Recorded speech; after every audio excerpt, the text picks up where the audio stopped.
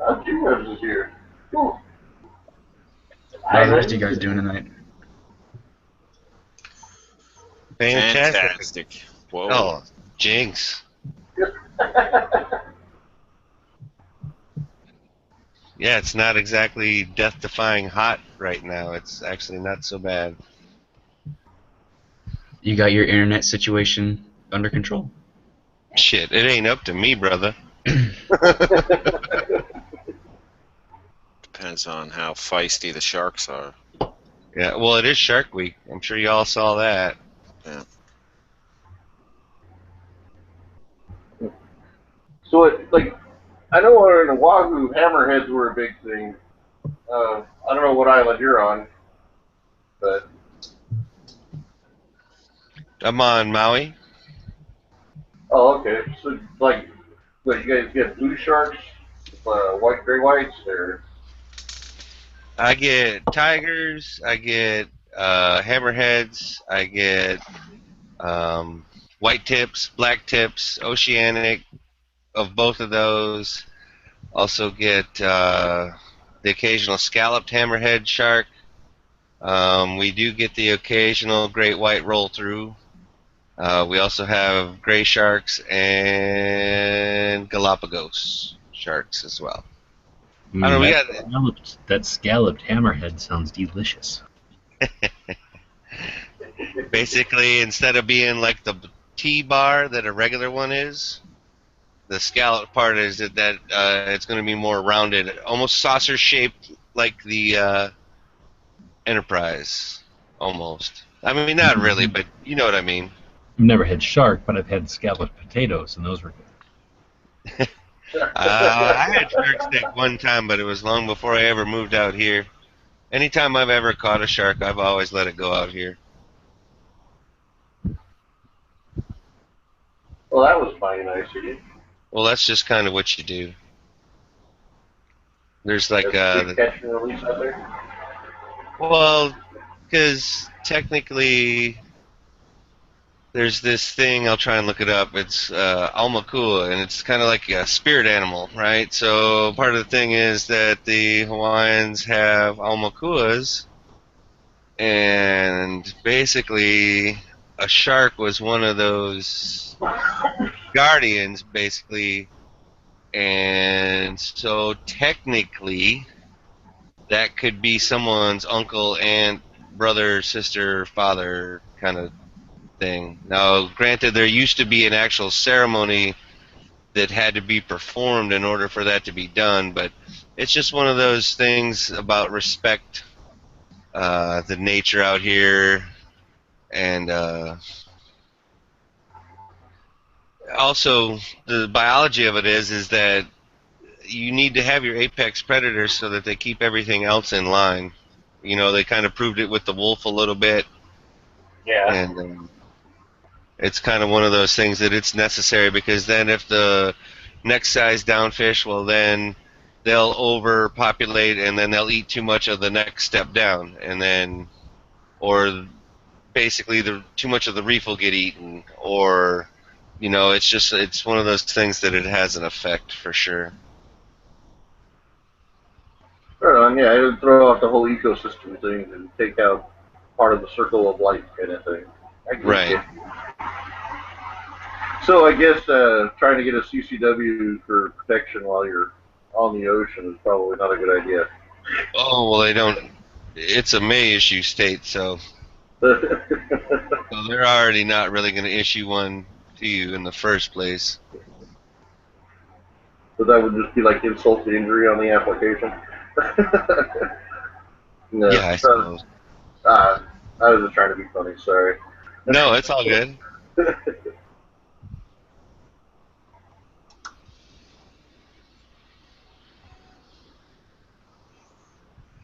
Bloop.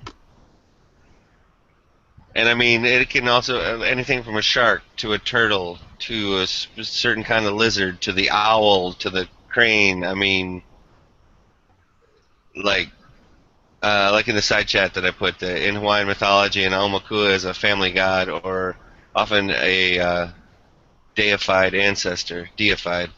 The Hawaiian plural of Aumakua is Na Aumakua, although in English the plural is usually Aumakuas, which is bullshit. But anyway, Na Aumakua frequently manifested as animals such as sharks or owls, and Na Aumakua were worshipped at localities, often rocks, where they believed to dwell.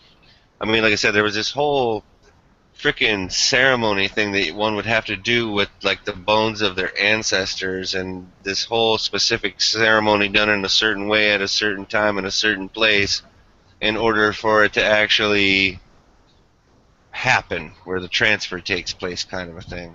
I don't know of too many families out there trying to reproduce them these days, but it's just kind of one of those things where it's like a respect thing. That's cool. Like, you'll probably never see a shark tournament out here unless it's catch and release. Well, even then, isn't that harassment to the extreme, like where they wouldn't do it? You know, you think about it when you see it on the East Coast or in California or whatever, how you see all these big money shark tournaments and stuff like that. Like that would probably never really go over out here. I mean, we still. I've never seen one. Do they go catch them and then keep them, or do they catch them and throw them away? When they usually do the shark tournament on the mainland that I've seen, never been in one, but seen, it's catch, keep, and then they take it back, they get it weighed, and then usually the shark meat usually gets donated to like shelters or, you know, whatever. Of course, you could keep however much of it you want. I had shark steak before I ever moved out here, but I've never had it since, and I don't know that I would. Again, that is. So, do you ever eat red? What do they call it? Sea bass? Sea bass? We have a couple of different varieties, and yes, I definitely have. No, I'm thinking of the wrong thing. Is it red snapper?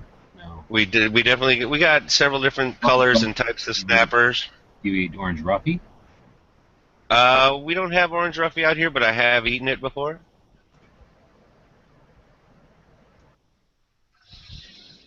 Definitely have eaten that before.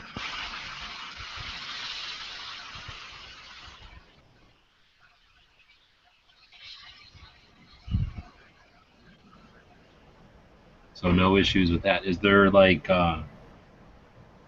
is there any, what am I trying to say, like advocates for ocean type of stuff? I would imagine that's a big deal. Oh hell yeah! Several different types. So the restaurants and stuff don't pay attention to what they're offering to make sure that it's renewable or whatever?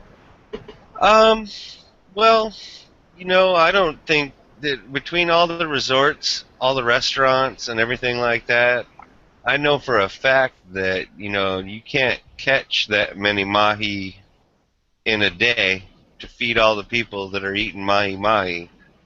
So, for example, I know that sometimes stuff gets flown in, sometimes stuff gets shipped in from like places over like Tonga and Samoa and stuff, where they're more plentiful, but then they're also more industrial fishing there, where it's large amounts, if you know what I mean. Familiar with why I'm asking about those particular ones?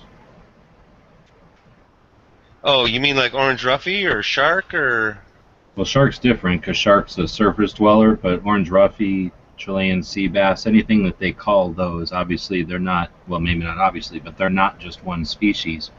They're basically a group of species that live off the coral in places like South America and Australia and New Zealand and places like that, because we've already fished them from the closer places, but the way that they fish those is fairly fucked in my mind. So that's why I was wondering if they're so respectful and, like, whatever the word would be, like, to honor the traditions of the people as far as eating sharks, to go to the extent where they don't even sport fish them, which is pretty big deal. Like you say, if they're making money somewhere else, sport fishing, the fact that they're preventing that money from happening on one of the biggest destinations for boats and vacations and shit, I'm sure is a big deal. I mean, just like surfing, that would probably be a massive destination if they allowed it to happen. Not to mention the fact that every year they don't let it happen, those sharks are all getting bigger. So there's people out there who would love it to happen. But I think it's just an interesting dynamic, I guess, or whatever, that they'd be so concerned about sharks, but then just keep chomping the orange roughy and whatnot. Let's see. I don't know. Are you familiar with the orange roughy? Like I said, I've had it, but as far as in my mind what it looks like, no. They're And like fish the that come Chile- from deep water, so they're fairly consistent in size because they're fish that live to be 200 years old. So when a 200-year-old species breeds, it's typically in its 75th year, 25 to 75 years.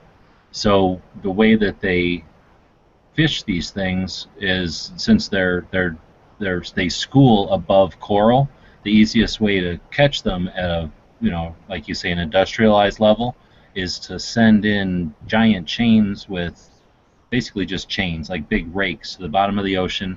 They will like drive their boat back and forth over where the coral was, but they're dragging their giant chain rake over the coral, so the coral falls apart.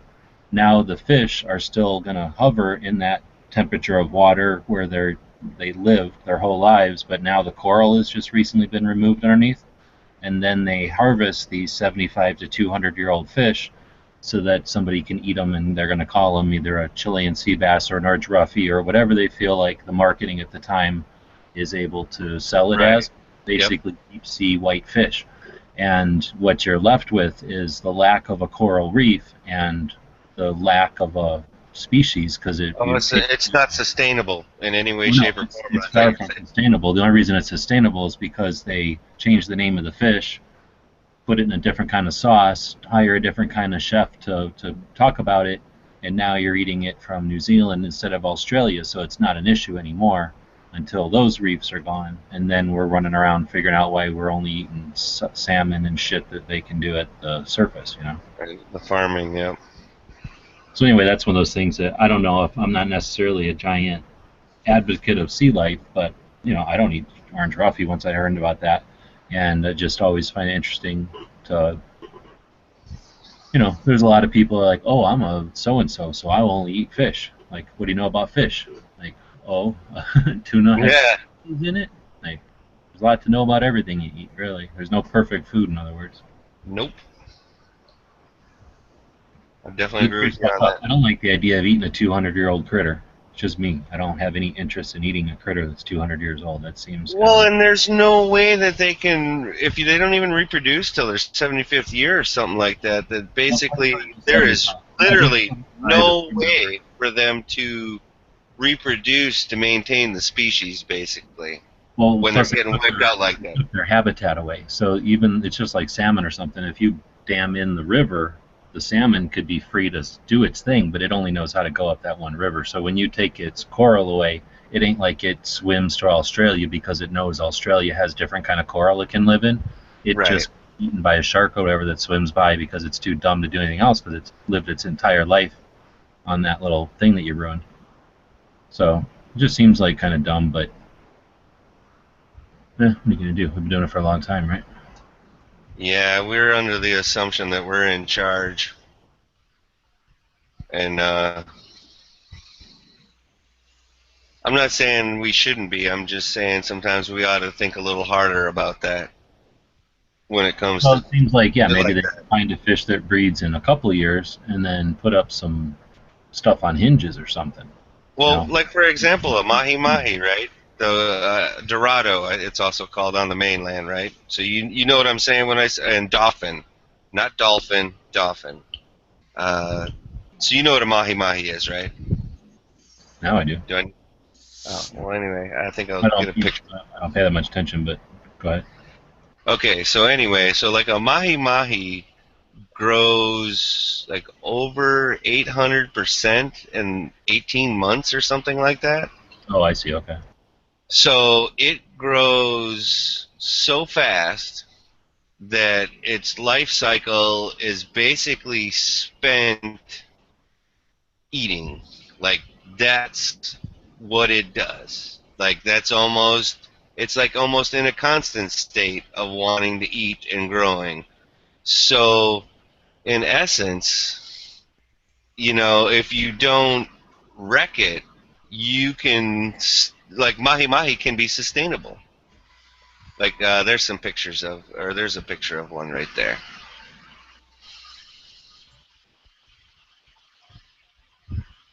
So they grow so fast that, they're relatively sustainable, and they're delicious. They're a mild, flaky whitefish. They're fantastic to eat. Well, and these are ones that school around like dolphins up at the top, right? They can, but they're also deep, as well. But usually they're trying to drive bait to the surface to eat is usually what they're trying to do. So you're saying that these would be one that's sustainable to. They have what you're saying they grow fast, but I'm guessing that usually means quick life cycle too. Yes, quick life cycle, absolutely. So you kind of. In the future is to see these things like slowly moseying around the ocean, eating like seaweed clumps or something, like a bunch of sea cows, because we're gonna fatten them up so much that, like we did with regular cows. Well, they are definitely meat eaters. You know what I mean? So I don't know if they could ever go vegetarian or anything like that. But here Well, you it seems go. like you can have a bunch of bacteria floating around in a big swarm, which would be simple to grow, right? And then, because it just feeds off itself or light or something. And then you have a bunch of little shrimps that eat off of that. And then you have a bunch of little minnows that eat off of that. And then your minnows, or these yellowfish, eat those minnows. Well, see, and that's why anytime you find a floating net or debris on the surface kind of a thing when you're out fishing on the surface, you're always going to run line around it because usually it's holding bait at the surface, which means then that there's usually going to be mahis or onos or something like that circling underneath it. So it's almost like a fish aggregation device. Is that a way of fishing? What's that? Is that a way of fishing? Do people put out their own rafts and shit to attract stuff to create a little environment Well, fishing? there are fish aggregation devices. Usually here, they have to be in certain areas outside of the trade lanes and stuff like that, so nobody runs into shit in the middle of the dark and things like that, right? So then how big? Also, usually you're just hoping to find a cargo net that washed over and it's got shit underneath it is usually what you're hoping, or stuff like that. Oh, wow. Here you go. Mahi-mahi can live up to 5 years, although they seldom exceed 4. Catches average from 15 to 29 pounds. They seldom exceed 33. And mahi-mahi over 40 pounds are exceptional. Well, this dude, whoever wrote this Wikipedia, don't know what the fuck he's talking about. In that, yes, a 40-pounder is good, but I've seen 75-pound. There have been much larger. They're just not as common as they used to. That's the whole deal. The big ones usually get fished out pretty soon, pretty quick, it seems like. Let me see what the world record for mahi-mahi is.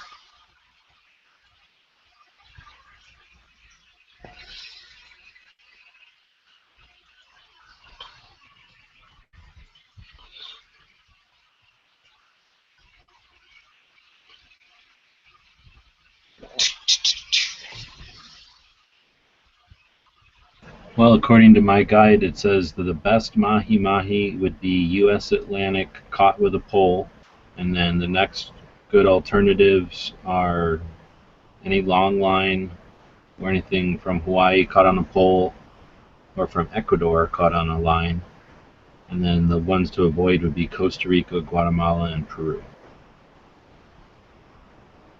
Did they say why to avoid that? Because they're caught by international long line fleets. Oh, yeah. Fuck up a bunch of other shit trying to catch them. Yep, I know what you're saying now. So the world record that I'm seeing here is 87 pounds, but I definitely know, I swear, of larger than that. But There's no farmed. It must be difficult to farm them, or nobody bothers, or something. mahi mahis can swim really fast, so consequently they have to. It's not like a shark where they have to keep moving water over their gills or whatever, but a mahi needs space to be able to swim, and that's kind of the problem, is that you can't quite have a pen kind of large enough to farm them effectively like you can do some of the smaller tunas.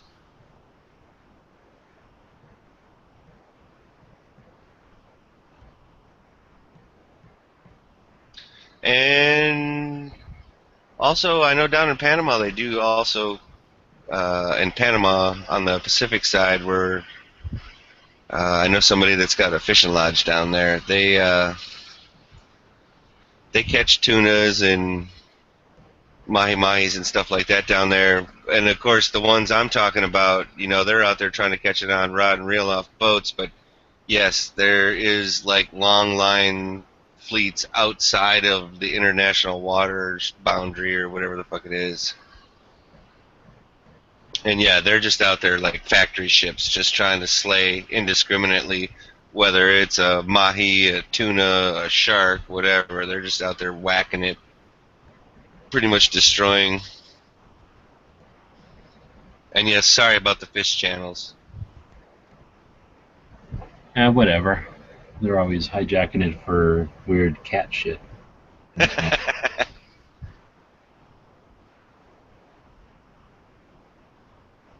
Yeah, I love fishing.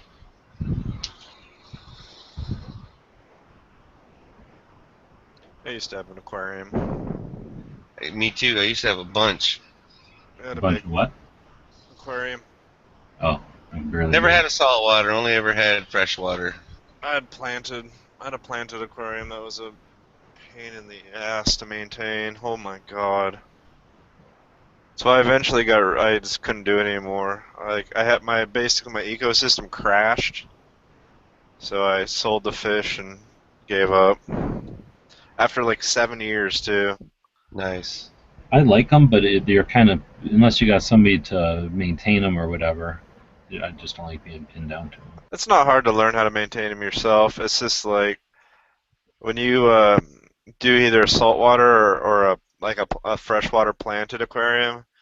There's a lot. Yeah, I mean, there's it's a delicate balance, and it only takes a little bit to throw it off. And when it goes off, that's it. Well, from my experience, like you can be gone for like, days or whatever, but if you're like ever want to take like a vacation, like you gotta do it around how long the tanks, whatever kind of fish tanks they are, like can last. You're not gonna expect somebody who's watching it to like clean it, take it apart, and all that kind of stuff. Yeah. Watch the fish and all the little issues that happen. I guess whenever we had them, they were always like, I guess my philosophy has always been, if you're going to have a fish tank, then have a bunch of fish tanks, because if you're going to have the hassle, you might as well have a lot of fun with it all. So then when you have a bunch of them, then you end up with like, there's always some fish with a problem, there's always some fish eating some other fish, there's always somebody that's sick, or one of the tanks is fucked or something, and you're always tweaking with it, is what I guess I'm saying.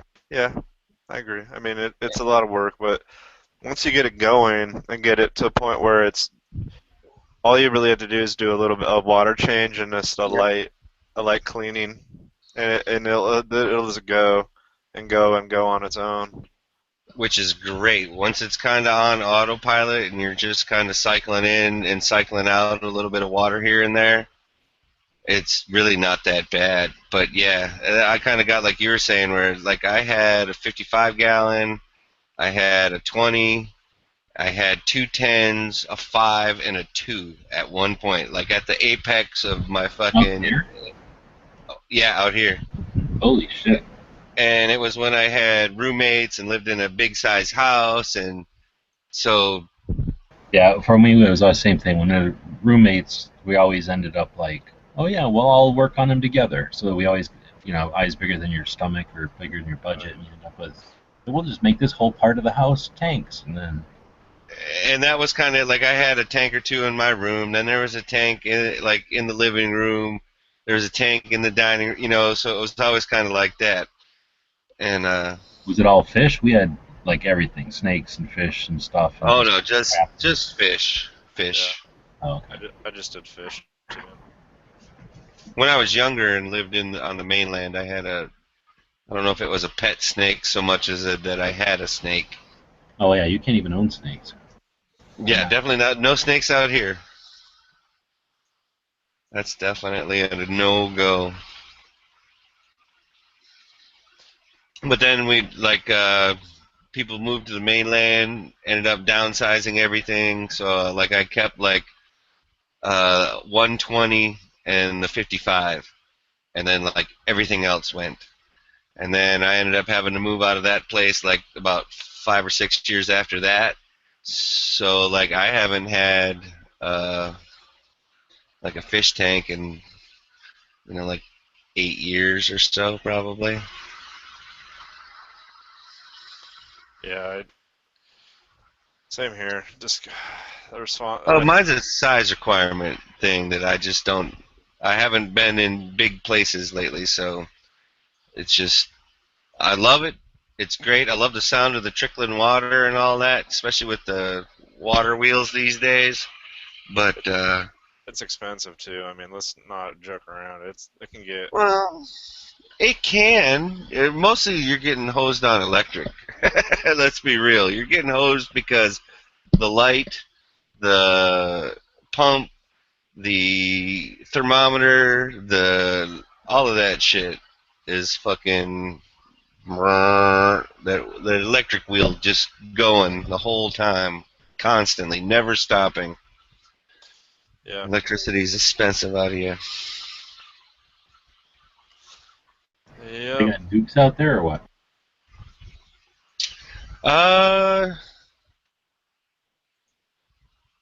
Not on my island, as far as I know. We got solar, like on the roof of where I'm at right now. There is a wind farm or two on the island of about, I couldn't even tell you how many windmills there are. But then the rest of it's, what do you call it, like fuel oil powered power plants and shit like that. Electric plant, you know what I mean? But no nuke here.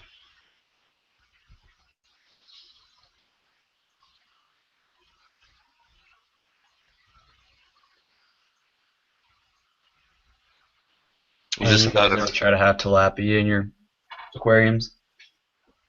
They grow tilapia in a few fish farms out here, but I have not. I did try and grow, what do you call it, the big bruisers from Africa that beat the shit out of everybody, like red devils and, what the fuck are they called? Oh, come on. They like moving all the dirt in the bottom around, and they will beat the shit out of most other fish. Oscars. Well, I think they're a type of that. Yeah. No, I wouldn't beat anybody else up though. What's that, G? I thought you were saying when you were saying them with the rocks, the Bacostomus or whatever. Oh yeah, no, those are a catfish. And I definitely, I had one that was the longest I had a fish, and that fucker was a monster. It was one of them gold nugget ones, so it had little gold nuggets on its darkness, and that thing got to be, no lie, probably 10 inches long, and I don't know, at the head, probably 2.5, 3 inches wide at the head. That thing became a beast. Yeah, they can live for a long time. Oh, cichlids. Why couldn't I think of that name? Yeah, cichlids. Yeah, I just went to my Aquarium Fishes of the World book. Yeah, that was fun shit. One day. I got into it after the army to help me relax. Oh yeah, dude. Full on. But it can be stressful. I mean, it's not. Well, especially if you wake up and your like water's cloudy and you got a fish or two floating and or somebody's something's sick. or the thermometer, or the not the thermometer, but the heater went out or something, and so the temperature's not right. Yeah. Yeah. What what program are you messing around with PBR where you just were able to field strip that entire thing? Man, you don't keep up on this website called Gun Channels? I tried to, but you know me. I'm behind the time. I put a link in Gun Channels Video like a games week. all the rage now. It's called World of Guns, and it's free download on Steam if you have Steam. All right, I did see that, um, but I don't have Steam. You can get it; it's free. This is But all it is like a game. It's a website to buy games off of, video games. I gotcha. But this, it's got a This does. if you want to unlock, you'll have to ask Foos what God damn. You'll have to ask Foos what the code to unlock all the World War II guns was, but or where he found it. But Nice. yeah, free to play. So It's the awesome. game is, do you have to take it apart and then put it all back together, or it takes it apart first and then you have to put it back together? You have to start with field strip, then you have to completely disassemble or take it apart, and then there's a mode where you have to do it all without any help. Nice. No arrows. Oh, it's got arrows, or well, I don't know, but it doesn't give any help. Like if you click on the wrong thing, you're done. Nice.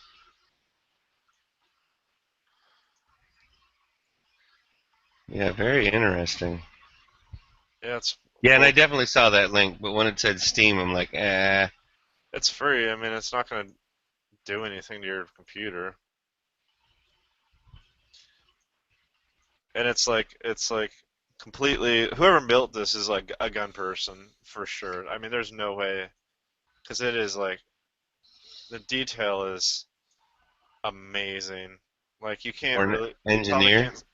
Well, it's no, I mean this like the finishes Oh, okay, I gotcha. and like the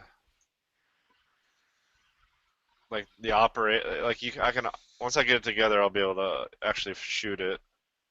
Well, like, here's the other thing. The guy probably took pictures and digitized them of real ones, right? And then that's how they were able to make the skeleton work to be able to do all the rest of this stuff, right?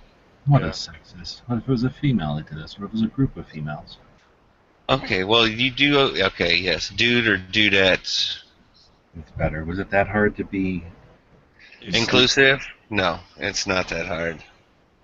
such a That's why we sex. don't have any chicks over here. I don't have any chick. Never mind. I have a theory on that, but let's not go there. Uh, We that's definitely need more chicks on Gun Channel's campaign. The good kinds. I mean, if they can put up with Stone Guy and Stone Guy, well, Well, maybe he's got to be the first hurdle. I don't alright. know. So here's what's really cool about this. Let's see. So let me zoom in so you can really see it. This game's a little difficult to maneuver. There we go. So I can do X-ray and I can fire it. So, oops. I can slow it down to like really slow motion. It's really hard to see, but I can do X-ray too, so now you can see moving parts inside of it. Well, that's pretty cool. X-ray 3, I can see even more moving parts.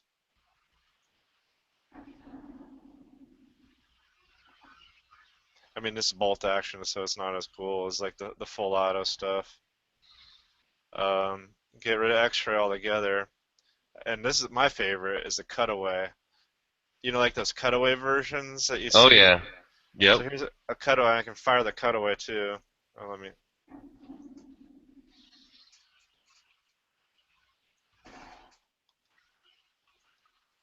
See the stripper clip come down and Yes, I did. Reload. and can click the safety on and off. I can mount a scope to it.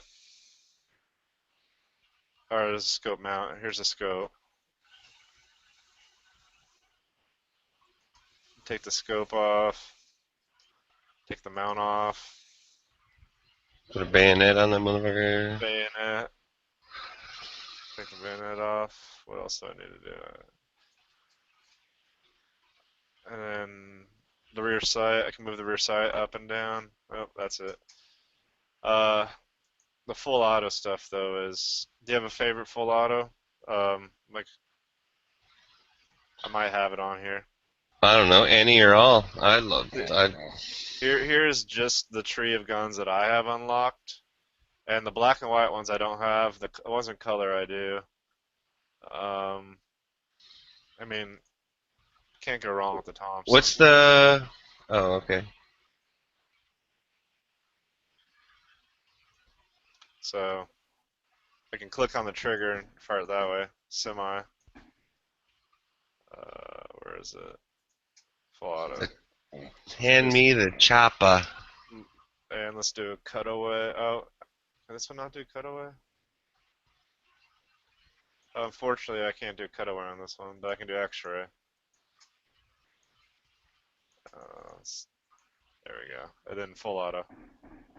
The slow motion. Just spitting them out. And I could like, there's weird. I didn't know how. I mean, the magazine is the drum magazine in this thing is interesting. Like, I mean, just from this game, I learned about like how this drum magazine works. Like, I've never seen the inside of one. It's got these weird little like teeth in there. See them? The pushers or whatever, yeah.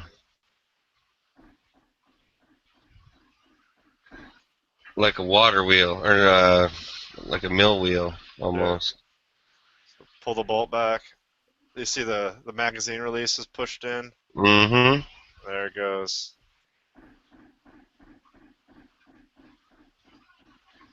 I mean, this thing is about as cool as it gets. That is pretty cool. Nice little stick mag for you.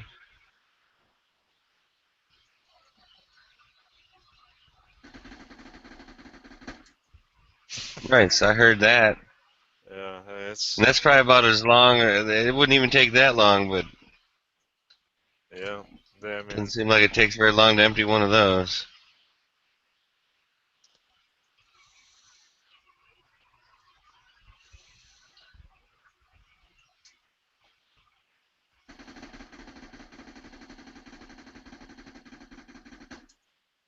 Just think about that charging handle, how fast that's got to be going, and what it would feel like to get a piece of skin or your hand or your cheek or some piece of clothing in there. That would just suck. I don't. All you're gonna do is create a malfunction in the firearm and maybe get a little bruise. It's not gonna. Oh, it's not gonna mess you up too bad? I've gotten hit by a reciprocating charging handle before. Now, what is up with that stock? What's the benefit of that thing? The stock comes off. No, but I mean, it also went under. You know what I mean?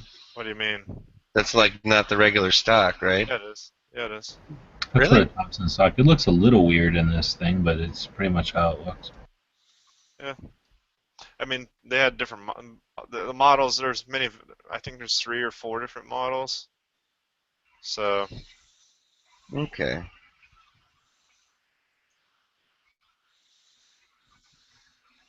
It's because the sights are right on the barrel, so you basically would have to hold that thing up to your head, your eyes. But the charging handle or whatever is the rear sight, really. all right. Kind of like on those MPAs with the top charging handle, how it's got the groove going through the center of it. Yep, exactly. Okay, I gotcha. I should do the Tech 9. I like the Tech 9. God, there's So what's the deal? You got to do a bunch, and then that opens up more, and then you do those, and that opens up more. Yeah, you get points, or you can be a Oh, so you landmass. see the ones you can't do yet? Yeah, I want the ones in black and white I can't do, and then the ones that aren't even like there's silhouettes are the ones that like whatever this is right here is on You a just don't know yet. yeah it looks like a Vickers on a some kind of wagon. Oh, there's a fucking mortar down here. I didn't even see Okay, so that. you've got stuff that you don't even know what's coming still. Yeah, and there, behind them are I can see what countries. So this is probably a Vickers or a Have you Lewis seen because somebody else who like cleared the whole thing already, so you know how much there is, or you have no idea yet? I have no idea. Apparently they add one or two a week, so it'll just keep growing. Oh, well, that's good at least. And I don't really understand this tree that they have going on. It's kind of like I think it's just for the game. I don't think this like tree has really anything to do with anything. Like you have to follow it. If I want to unlock this cannon down here, then I got to follow this this pathway. But the cool thing is behind him, like you can see, like this Derringer's got American flag, or the PPSH. It's got the Soviet flag, and Styrock has got an Austrian. I still don't seeing what I got next, so I can see I got about 7,000. So I got a Sig 550. I could do. I could do I don't know. I can do a Sig 552. I could do a CZ 75. I could do a Beretta. I could do a Desert Eagle. A Ruger, but I mean, there's some stuff on here that's insane. Like there's a Ruger LCR right here, and then like Sturmgewehr 44. This is I mean, for a free game, it's pro gun. It's pro gun knowledge. Like you learn how like where the safety is. You learn how to how to unload and load and clear the gun. I mean, I'm pretty I'm proud. afraid that a child would use their imagination to shoot the gun at another human. I, you got me there. I've heard that some video games encourage little kids to shoot prostitutes. So All right, I had to do it. I unlocked the Sig 552 Commando. There's suppressors, like if the gun had accessories. Oh hell yeah! If the gun had accessories, then it came with the accessories. So now the first thing I have to do is field strip it. Automatically, the game unloads the gun, which is what it just did. are you doing like the real life version of the video game of taking apart a black powder gun? There's black powder in here too. He's doing the real life replica of the video game scenario. No, I was trying to get my lock to work. What ain't working? So like, I've been experimenting with English flints and French flints, and the gun likes none of them. It'll strike the frizzen, and then pieces of each flint will like get behind the lock plate, and then it won't kick the frizzen all the way back.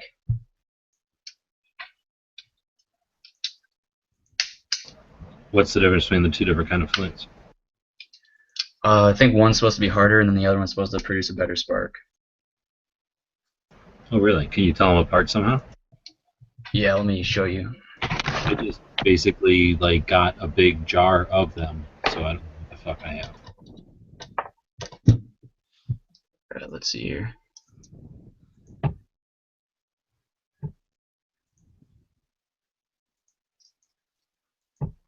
Come on. There we go. Alright, so can you see the lighter colored one right here? Is that showing up? Yes. So the lighter colored one are the French ones, and the darker ones are the English ones. Interesting. All right. I'm sure I So- have both because I do have a bunch of different variety of them. Yeah, that's like the only way to tell them. I'm noticing that the English ones are a little bit more fragile. So you're getting it behind all up in your gears and shit? Yeah. I've not had that happen. So it's shattering your piece of flint? Yeah, just a little bit each time I would I go in try and to like get 5 pieces through. of flint and end up touching that like screw that holds the that clamps it down. Like they're way in there. You're not putting them way up front or anything, are you? Nope, I'm pushing them all the way back. So I think I might just put some oil in the little pivot that the frizzen's attached to and see if that helps the frizzen move a little bit easier and see how that works.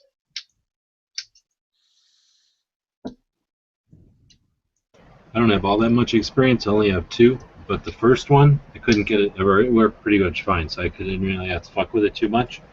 But the second one, I got it broken, and I was like, "Oh, this thing's broken already. Like I bought it broken. I know it's broke, so I don't expect it to work." And when I first put it together, I was like, "Holy shit! Like this thing's beyond broken. Like it's just wrong." Because it was hitting like way up in the middle of the strike plate or whatever it's called, and Yeah. it definitely wasn't moving it.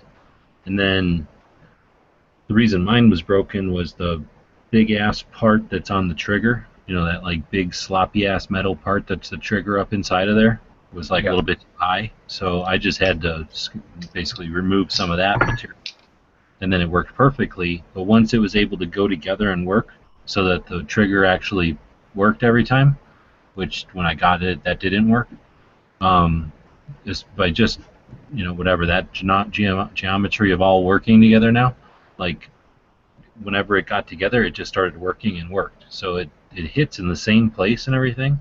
It hits like way up in the middle of that thing, but it still throws spark consistently and pops it open and you know does it consistently.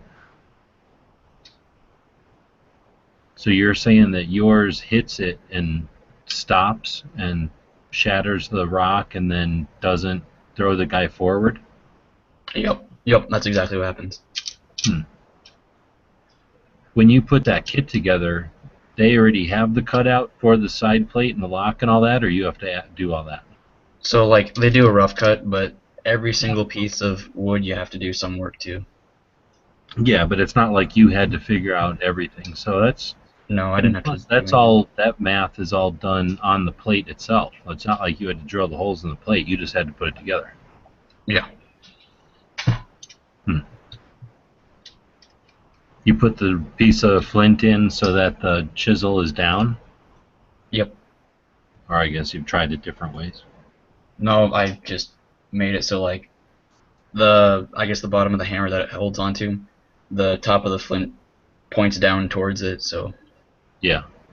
So basically the lowest possible point to hit the strike plate. yeah.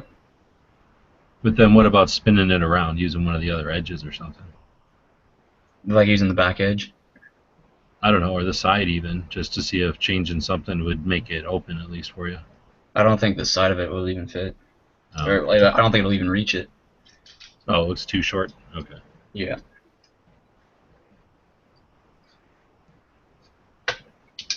Wonder if I just need to work the spring. Well, I did on my one that was broken. I did end up, like, while I was still frustrated before I had fixed it, I kind of jammed the spring that holds the, whatever that part's called, the strike thing, the part that covers the powder, that you strike against and it's supposed to knock out of the way. That like super ass strong spring on the outside that holds it up or holds it in place. I took a pair of pliers and bent on that so that like I tried to compress it a little bit extra so that it was easier to open that thing. But I don't know how effective I was because it's kind of pointless smushing a spring. It doesn't really care. You can smush it all you want. It's not going to really change it. At least it didn't feel like I changed it.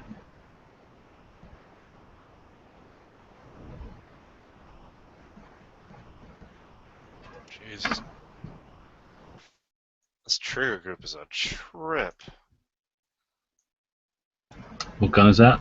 SIG 552, It's a German gun. Swiss. Oh, it's just as bad. Oh, We got a lot of time on our hands. We like the challenge. Let's put more parts in this gun. well, it's got single burst and full auto. That's probably why it's got so much more as far as there it goes. That's why it's got so many more parts. I have to admit though, like a cool thing about this game, and well, for me, I don't know about, is to take apart or play the guns on here that either A I own or B I worked with extensively. Like I'm trying to work up to get one of the 240 or the M4. So I think I've already taken apart a few guns I own on this game, and it is I've actually learned things from this game about stuff I own or stuff I've shot, which is kind of cool. Anyway, I'm not gonna talk about this shit anymore. But God, look at that trigger group though. Holy fucking balls!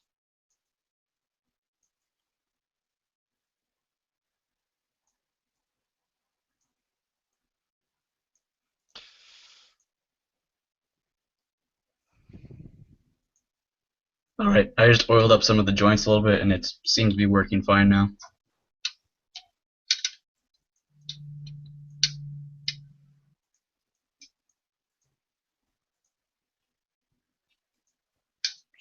Another cool thing it does is if you don't know the name of a part, it actually tells you what the part is. Like, anyway.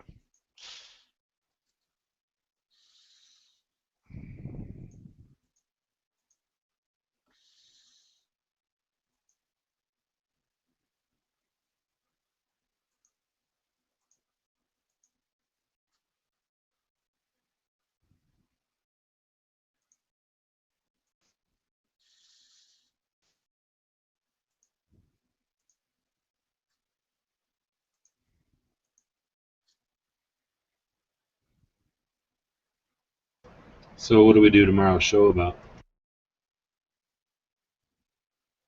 What it is tomorrow? Whatever I feel like. The advantage of not having them on too strict a schedule means I can do whatever I feel like. Good question. I don't know, man.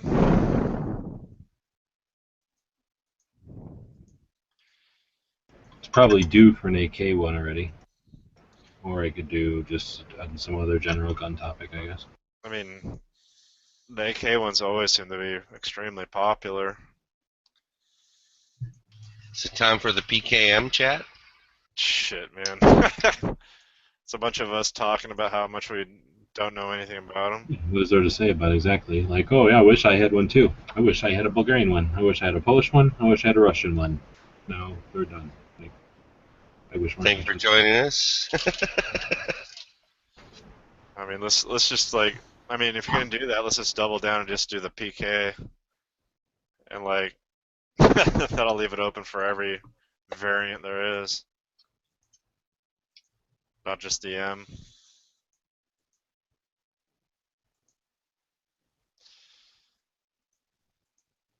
Get in there! Why won't you go? This magazine back together. I like a good AK chat. I don't know what I talk about, but ooh, maybe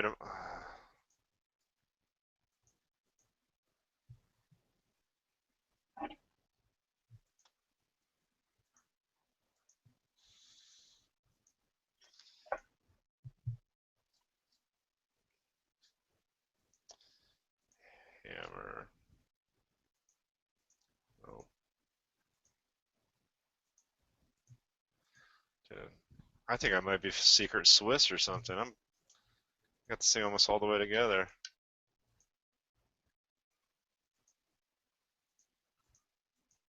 Oh.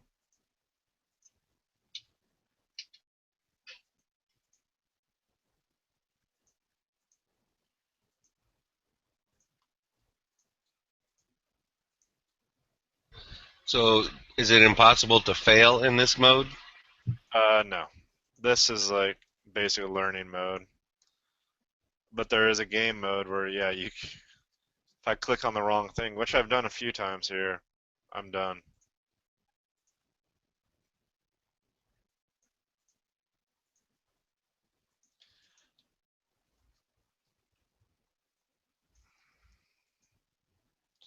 Let's see.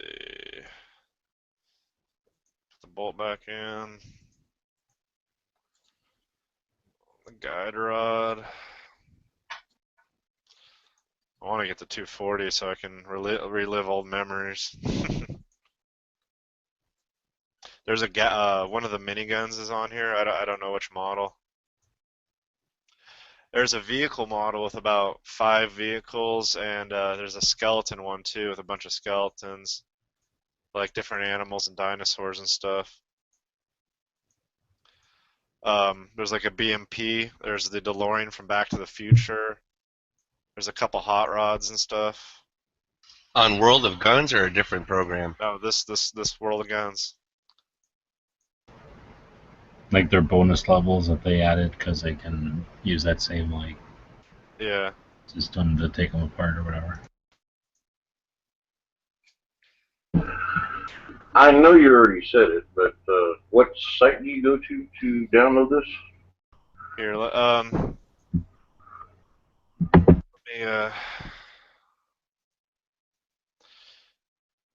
you have to have it on. You have to have Steam. So you got to download Steam, and then you can download this game. Okay, is that like an app, or is it just you have to go to like Steam.com and download it? Here's a link in the side. I'll put it in the Gun Channels lobby too, in case. Oh, okay, I see it. Thanks. It's not. Steam is like a. I don't know how to explain it. A network. Yeah. It's kind of annoying that you have to do it, but it's not. It's not terrible. So now I get to fire this bitch. Hell yeah.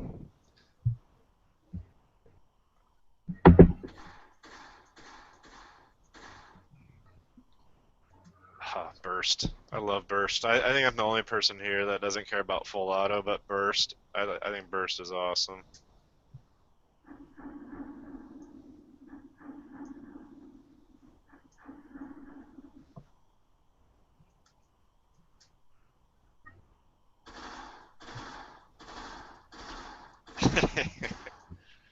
I love it. Is there any way you like put tracers in it, or? I haven't seen tracers yet, but I would not be surprised if it isn't on here. So full auto. God, that's so cool. Slow motion times 10.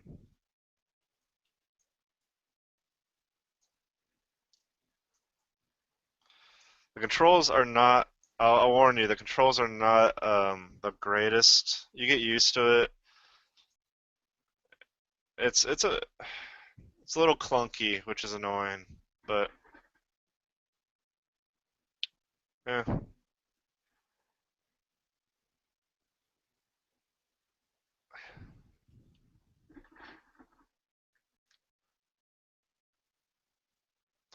Bolt release goes. Wow, I just saw the bolt release go. That's cool.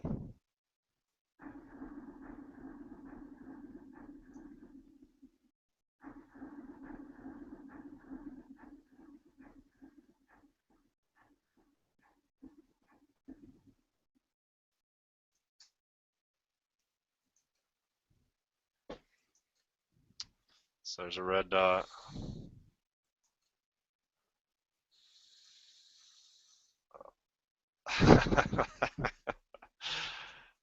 Has anybody checked out that Outdoors 904? Who's been posting for a while now on the front page from Florida, I guess. No. What's he post about?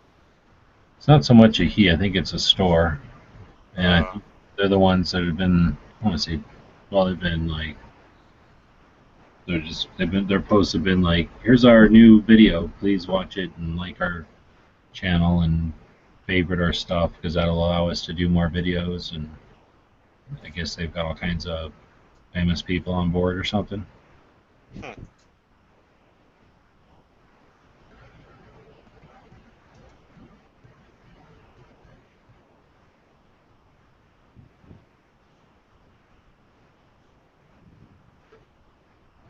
Sounds like anybody's checked out their stuff. Sounds like you're describing full30.com. A little different. It says, we share everything with you from hunting, fishing, hiking, racing, firearms reviews to the Second Amendment. A site for true American patriots, including how-to tips and tips with modifications. Anyway, they're more, I guess, hunting and off-road, or not off-road, but racing. Full30 doesn't ever really say, like, I don't know. I guess I haven't seen anything from Full30 saying, like, join our shit or whatever. Do they have that stuff? They say, you know, sign up, subscribe, whatever. Like, I'm on Full30, but it's like if you got a channel on there, and it's like when Max just, you know, he's pushing, it's his website, so, you know, he's like that, or if you want to support the channel, you know, support my channel, go to Copper Custom, that's his online store. And like, Hank Strange was saying the same thing earlier today. He's like, you know, we don't make a lot of money, but we use to make videos for you guys, so, you know, keep the sport up kind of thing. It's not like they were begging for money or anything. It just they mention it from time to time.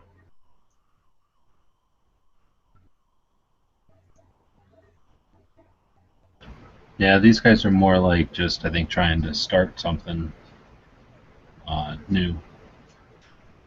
Well, anyway, like I say, I haven't really seen much of their stuff either, so that's why I was wondering if anybody else had. I didn't even hear who you said it was. Outdoors 904. I Outdoors. think that's supposed to be the area code there. Right, they're all over the front page, right? Well, not all over, but a few posts here and there. Yeah, they've been posting on a regular basis. In other words, one of the reasons we built gun channels is so that people who are starting their things up, you know, have a place to put it and some tools and stuff, and ideally an audience that, you know, cares about the kind of stuff they're putting out there. So that's why I'm just wondering what kind of return they might be getting. If they're, you know, if people are interested or not. Maybe I'm confusing with somebody else, because this almost looks like they just have 3 posts. Maybe there was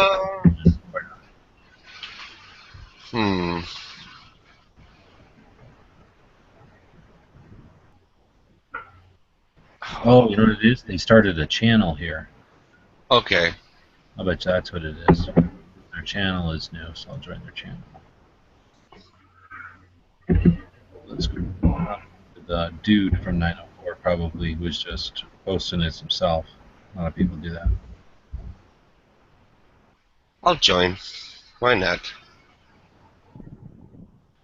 Alright, what's next? Just going as a little...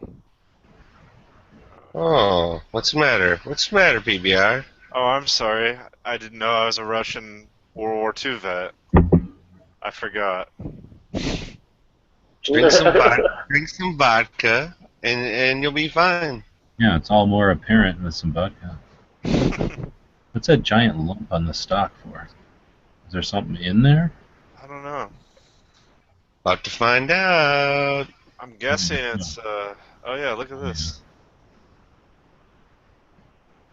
That's where they put the vodka. It's an oiler! Oh, yeah. That's so badass. Well, we want to put oil on here, so let's put a ½ pound worth of extra wood back here. I think the lump is where it rests on the ground when it's on the bipod. Probably. That sounds right. Dude, I have to admit, man, crew-served weapons are like light machine guns, medium machine guns. That's where it's at.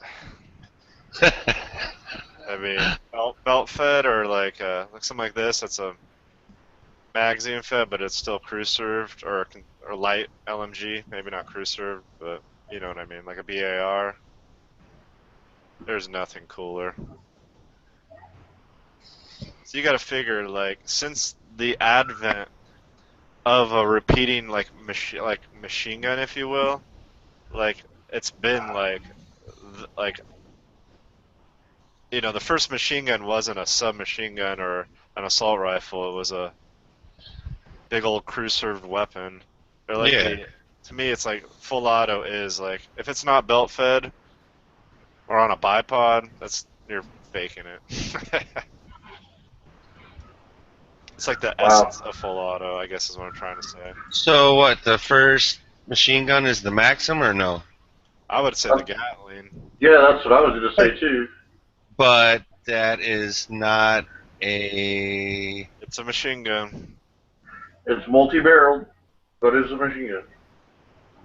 It's I don't not think a. Gatling gun's a like- machine. It's not like yeah. It's not a. What's I Not don't a know. full auto. Yeah, it's not full auto, but it is a machine gun. Like you can't go out and get one right now. ATF will be like, Sure you fuck can. no. What? No, you Gatling? can get one without a fucking any kind of registration at all. You can manufacture one. Of course you can. Gatling. Yes, definitely. One pull of the trigger. There's a trigger, and there's every bullet barrel is separate. So every click of the crank constitute one trigger pull, and each thing is one barrel going off. So definitely, they cost $30,000. The last one I cranked the handle on was that Colt one that they brought out to SHOT Show. And I think it was $30,000 that they make such a big deal about. I thought. Dude. Okay, then I guess I'm wrong. That's all right. You You just can learned buy something. you can buy 22 caliber ones that are kits, I've and seen then that. put it together and shoot 22 out of it. I've definitely seen that. Yeah, I've seen a kit. I don't know if it's still around. If it's still around, I'll try to get pictures of it. But somebody had it on consignment at one of the shops in town, and it was just in a box, and nobody ever bought it because nobody knew what the fuck it was. And I was They like, make- let me get It's at just- at least like wire it together or something so somebody has an idea. Because there was like 8 barrels in there and like some brass pieces, but they were, you know, like what you would start with, not anywhere near a finished product. I was gonna say they make a crank for the 1022. Yeah, that's different. A little bit different. This was like literally just somebody probably took a plans for a Gatling gun and then Downsized it. down and made it work with a 22, however manipulated whatever parts to make it work, and then yeah, it was just like a kit. You just rarely just put it together. But what that needed is, I figure, somebody who's either a machinist or was a machinist, and you know that's the kind of project they're going to dig into, and then come out with like an extra special machine instead of, you know, because it wasn't cheap. I forget what it was. If it was anywhere near reasonable, I would have grabbed it just to have it, but it was pretty costly. I read the biography of Richard Gatling, and I guess they consider his the first machine gun, but No, if you make there's little belt-fed like 1919s and stuff, little belt-fed M2s that yeah. are scaled down to work with 22. That would be full auto, and that would be a real machine gun. You couldn't make that. Wonder why we don't see more like crank did stuff then. I think mostly the hopper. Now somebody should make one that works with a BX25, and then it would be fucking over. Yeah, it would be. That would be pretty cool. You'd make $1 million. You'd probably put that on like the twist rate or whatever it is. Like I'm just. Oh yeah, to get it funded. Take me X amount of X amount of hours to hire a machinist at X amount of dollars, and then X amount of dollars to get the parts made, and we'll make 50 of them or something. That'd be cool as shit. They had a 2 or 3. I'm trying to remember. They had 2 or 3 Gatling guns at that museum I worked at for a couple months. They had like the Bulldog, and then they 2 or had 3, but then I only worked there for like 2 or 3 months because at the end of the time I worked there, they didn't have any Gatling guns, so I quit working they never pinned it on me. anymore.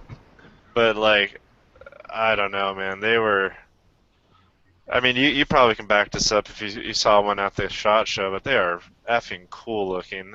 I mean, there is something. Well, this one was extra freaking impressive because I've seen them. I've seen real ones when I was up at the Big Sandy one time. I was bored and I was still taking videos a lot, so I was looking for something to take a video of, and this one guy had one. And he had this like kind of weird looking. I don't know if I ever posted the video or not, if it was interesting enough, but he had like a like a motorcycle trailer or a horse trailer, like a short horse trailer kind of thing, and then this I-beam that came out of it, so that it would like have this whatever the little pulley thing made out of chain come along or whatever, kind of a thing like you'd use to lift an engine out of a car. So Yeah. because the thing's so fucking heavy, and you would like wheel out the carriage and then use this thing to put the main part of the gun down on the thing. So I was bullshitting with him a little bit while he was doing it, and that thing was legit. That was like a real one, and he wouldn't tell me how much it costs. He's just sort of like whatever, like idiot. You don't ask people like how much this kind of thing costs or whatever. But that one was neat, like really cool and everything. But the one it shot was the one that Colt made, and that was just a totally different thing because it was like every single part was like crisp and brand new brass. It was just incredible. It was really neat, yeah, just to be next to such an interesting chunk of metal shaped that way. It was just crazy. They You don't had see a Yeah. time and attention in the even artwork. You know what I mean? Like Yep. stuff made out of brass is just fucking neat. You're just never around it.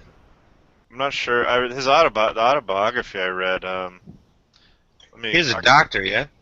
I think so. I think so. He held most of his patents were for farming equipment and stuff. Autobiography was a really Is it good. Richard? It's Richard Gatlin, right? It's not Larry Yeah. Gatlin and the Gatlin brothers. It's Richard. I think Richard. I went deep for that one. Deep, but still over my head. Well, like I can't even remember a Gatlin Brothers song right now, and I know several. I just can't quite think of them right now. Let's hit the wiki for old Gatling. Richard Jordan Gatlin. He's from North Carolina. Blah blah. Nice.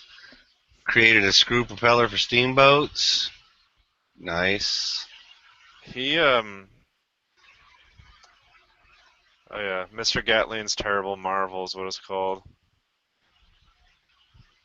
Ooh, it didn't get very good ratings. I A liked wheat it. drill, a rice sewing machine. I enjoyed it. It didn't get very good ratings on Amazon, but Okay, after an attack of smallpox, Jesus, Gatling became interested in medicine. He graduated from the Ohio Medical College in 1850 with a MD. Although he had his MD, he never practiced. He was more interested in his career as an inventor. He was living in Indianapolis during the Civil War, at the outbreak of the Civil War. There he devoted himself to the perfection of firearms. he literally thought that. I mean, and it's now it sounds flawed, but it makes sense if you think about it in his perspective. He thought that his weapon would save lives because it would take soldiers off the battlefield. But you know how they lined up to go into battle back then is Yep. he never. I mean, you wouldn't have thought of World War One. You know what I mean? In those days, that wouldn't have even been like a thought in your head, like that kind of warfare. But Civil War. He saw all Right. these kids coming in with their legs blown off, and he's like, I can make a weapon that will do the job of, you know, 20 soldiers. 8 guys, right? Yeah, exactly. If it's 8 barrels, 8 guys. Or more than that. I mean, that thing was. I mean, you hear about the Spanish-American War and all the places that it was used. I think it was burly, man. They're gorgeous. Like both of you guys were talking about. When you see a picture of one, or you see one, and all that brass is all shined up like that, Oh yeah. it's They, just like black and gold. It's just. they had two on Urgh. a they had two on a truck, like the big ones, and then they had one of the little bulldog ones that they had one of the little bulldog ones, which is like actually kind of small, and it was on like a little tripod thing. But yeah, shit is cool as hell, man. Let's see how this thing works.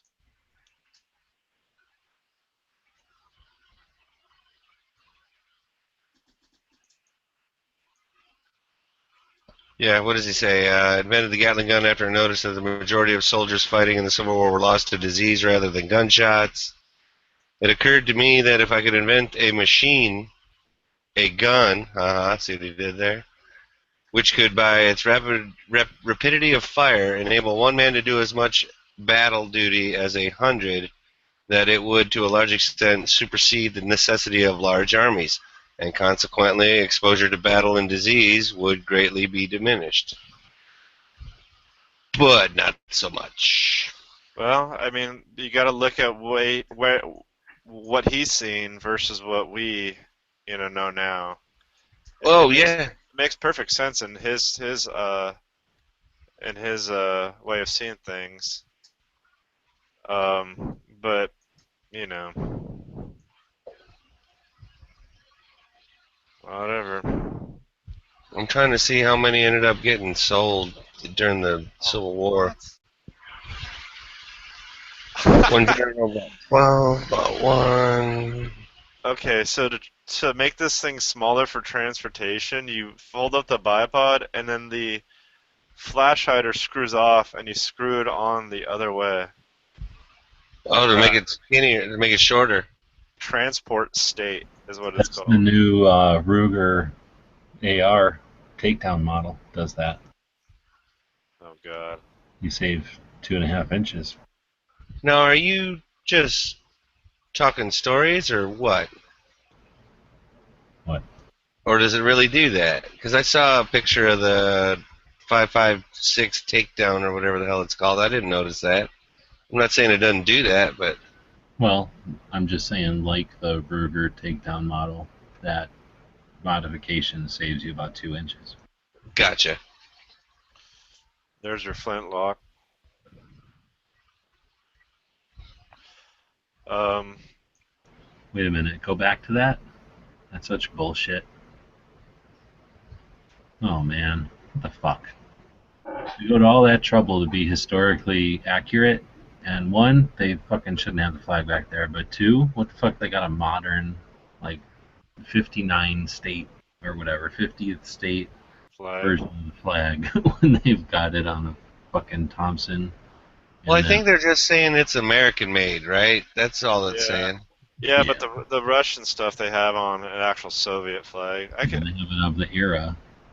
I could see that, but I think it would confuse the shit out of. Well, we wouldn't be confused, but some other All I'm saying is, come on, what is it?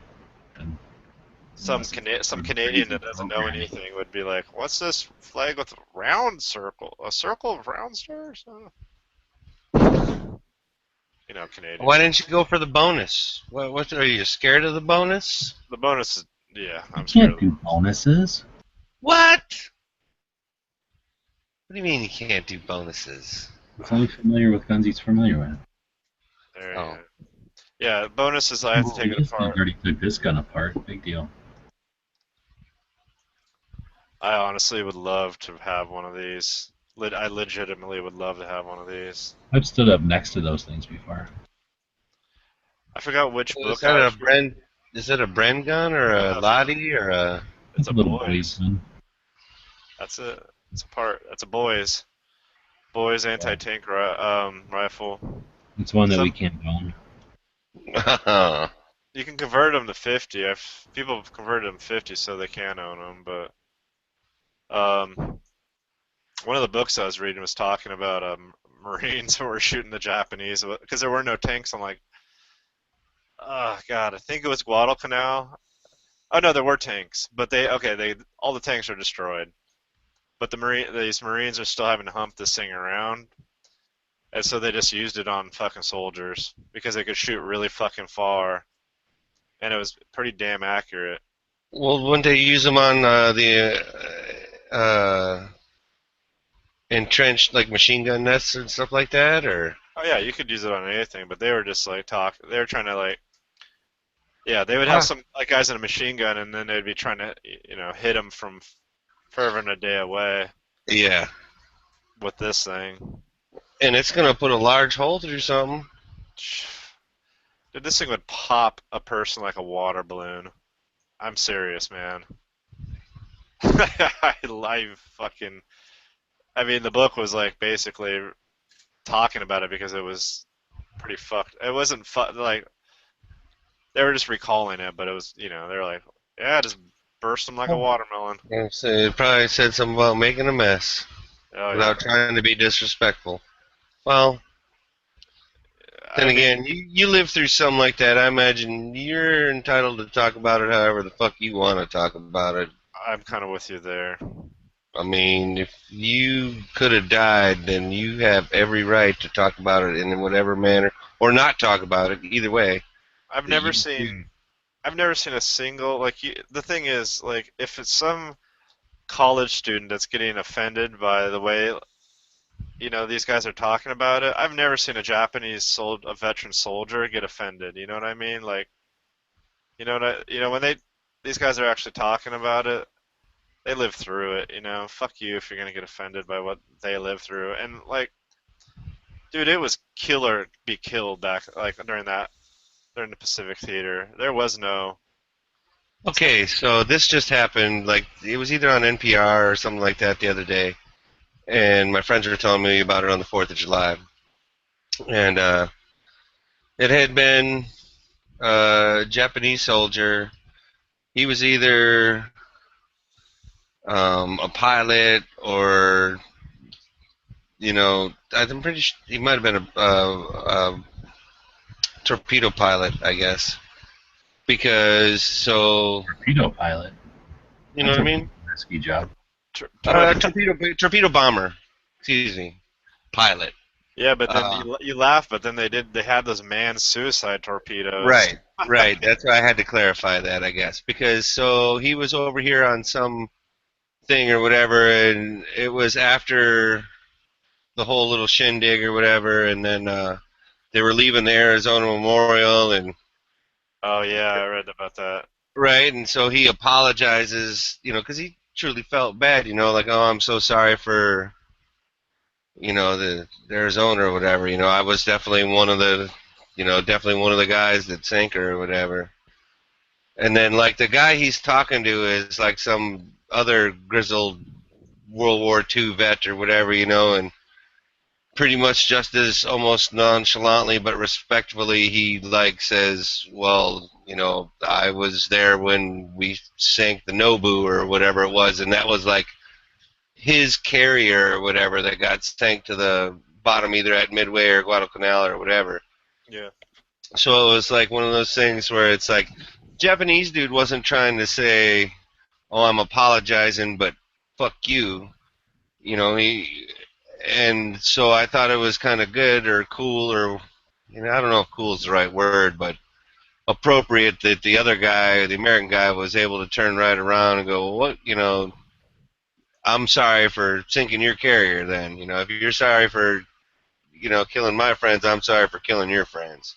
And to me, that was kind of, and then they said that. Like the story goes or whatever, that they just had silence pretty much after that. Like quiet contemplation. I mean, that's my thing. I pretty much read. I've pretty much been reading only about the Pacific Theater for about 2 years, maybe a little longer now. Just I did a And how little the bit about. and how the Navy won World War II. Yeah, well, it's a little known fact, but there were actually no soldiers or Marines in World War II. It's just the Navy. But anyway, like I never in any of these documentaries or these books. I mean, these some of them are autobiographies, some are biographies, some are like just history books. And they have these they're interviewing vets from both sides, and they talk about like at that moment. But there's never any like, yeah, at that moment, there's nothing I want to do more than kill a Jap or American or whatever. But you, you can tell looking back on it, there's no hate there now. It's like all gone. Well, you can't say that for all of them, but you can say that for most. You know what I Yeah, mean? yeah, Because some but people hold on to hate a long time. you got that's a good point. You got a good point. But like it's I don't know. But I would agree with you that the majority of vets that I've met, yeah. Well, you ever hear them talk about that? When they talk about it, they talk about like it's their, that was our enemy, and like they have high regard. A lot of them have high regard for like the way they fought. There's a little bit of esteem there because Well, modern or what do you call it? Honor among combatants or whatever, yeah, I Whether would have. you fought with honor or you didn't fight with honor, you still basically had enough respect for your opponent to know that guess what? If I don't kill him, he is gonna kill me. Oh yeah, like I said, kill or be killed, and it was. I don't think in any. I don't. I don't know of any modern war, with maybe the exception of Korea, where it was that like the Pacific Theater was literally you just kill him, just kill him. Don't like no quarter given, no quarter taken. I'm missing something. I don't know what it is. And I don't know that expanding the view helps you. Because all of a sudden it's like everything got real small. But yeah, no, it's fascinating. Like listening to these guys talk about their ex foe and listening to like the esteem that they kind of have for their old enemy. It's really interesting. And yeah, when they look back on it, they're like, screw them. But at the same time, like you can't go through that and not have a little bit of a esteem for your foe, a little bit of a. It's a there's an oiler right there. Some basic level of respect. Yeah. I just think that hand grip is what's really crazy on that thing. Yeah, that thing. Got something to grab onto. And I guess you better hold on when it fires. Man, from what I read, like this thing was not like a good weapon to be assigned though, because it was You didn't big. want to be lugging it, and you might have not wanted to be firing it. Well, it's I mean, an anti-tank rifle. You know what I mean? Like Yeah.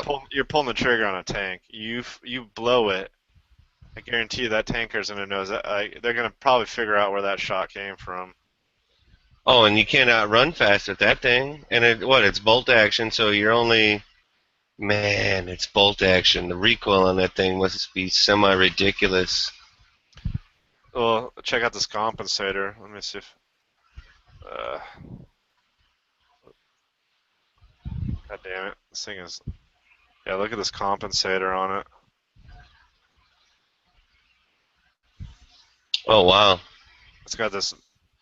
And here's the sight. Oh, let me get the sight on there. No. Guess that's not happening. No, it's not gonna let me do it. Oh, there we go. Yeah, this compensator is like insane. Now, how crazy is it that that sight is so far offset? Is that because Magazine. that's where the magazine's in the way up top? That makes sense. It makes perfect sense. Yeah, I mean, you pull the trigger on something this big, they're gonna know that it's not scoped either, so you're not gonna be very far away from that tank when that tank is Starting to pan for you, basically. But then again the what's it called the Piet rifle, the Piet launcher, or whatever it was called, the British had, which is, I mean, as rudimentary and kind of crazy as this thing is, it's not that rudimentary. I mean, what is a Barrett, but one of these with in a different caliber with a scope on it. Right. But the Piet was like even a worse anti-tank weapon than this thing, and I want to say it was spring-loaded or something Ugh. crazy. Like it shot the projectile in a really weird way. It was like the first shot was spring loaded, and then once you shot it, enough force would kick back the spring again for the next shot. Yeah, it was super janky, and it like basically it was really hard to reload. Had no, absolutely no. You can look it up too. The the picture, it's a goofy looking fucking weapon. The projector, infantry anti-tank, Piat. Yeah, when you fired it, like, you had to be really close because it had no range, and it was not a guaranteed kill. It wasn't a guaranteed anything. Well, what kind of pictures are these? These are the wrong pictures, damn it. Apparently the Piat killed a lot of the guys that used it. Due to like, oh, it almost looks like it's a cross between like a mortar and a bazooka looking. Yeah. But it was like a piece of crap. Yeah, I've definitely heard that about this one. There was a famous Jeremy Clarkson's father-in-law was a major or colonel in the Red Devils. No shit.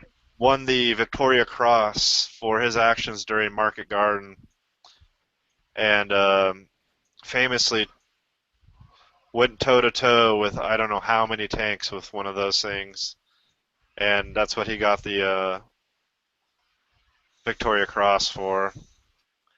But let me find. Here's a picture for you. Or at least I think that should come up as a picture.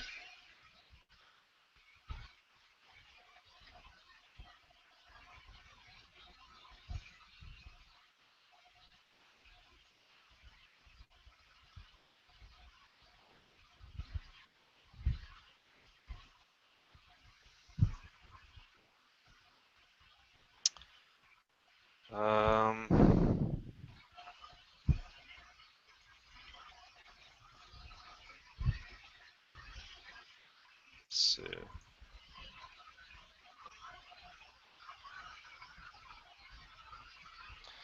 Not sure which one of these it is.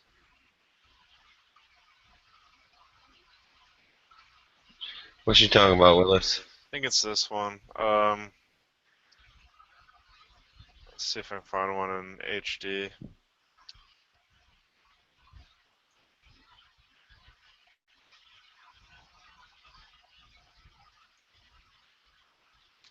Alright, well, can't find it in HD, but No worries, I ain't gonna split it.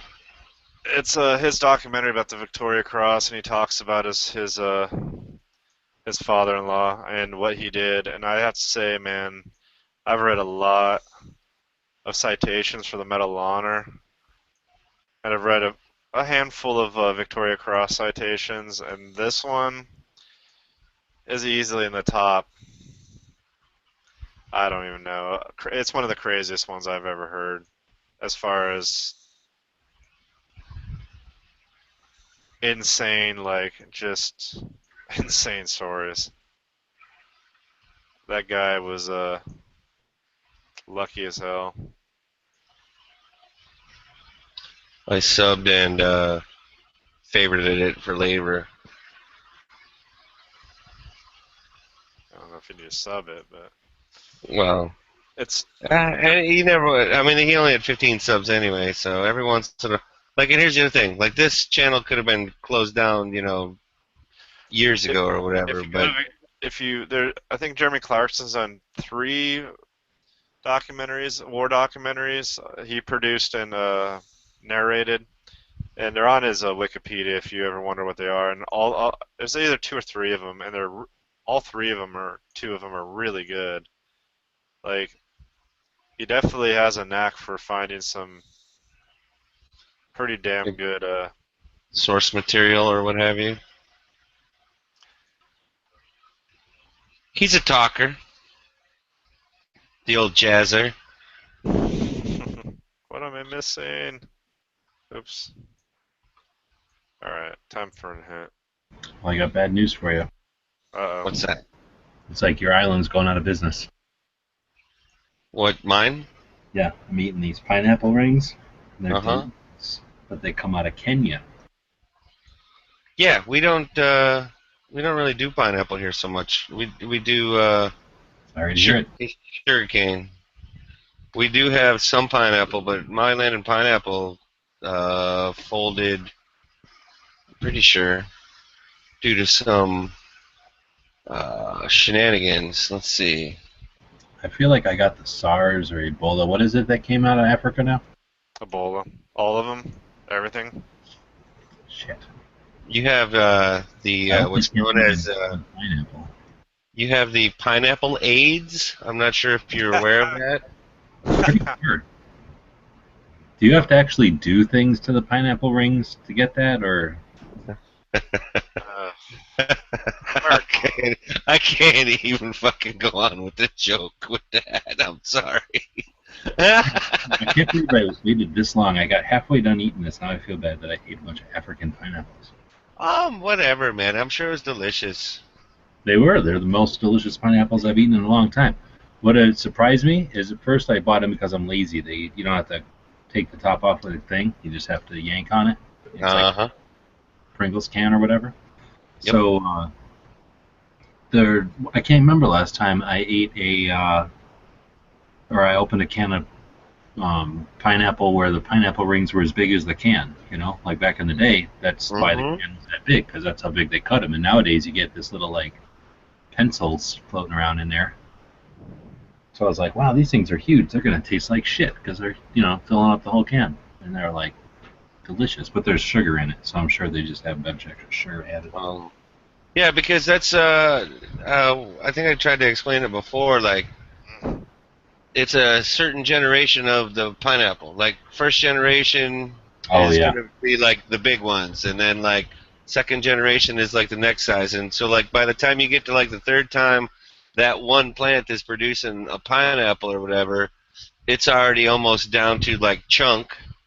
And then usually anything smaller than that is what they usually make crushed pineapple out of. How messed up is it that I'm in Tucson eating a pineapple that's distributed by fucking California and grown in Kenya? can you see the markings on the Tech 9? Intertech, Miami, Florida, 9mm Luger, model AB10. I like that patent pending.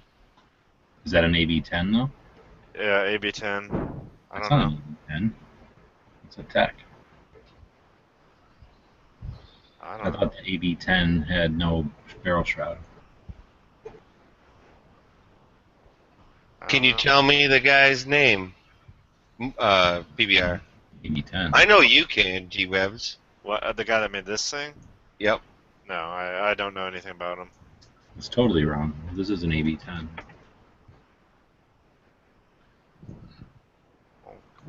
I don't know if I'm saying it right, but was he from Sweden or Norway?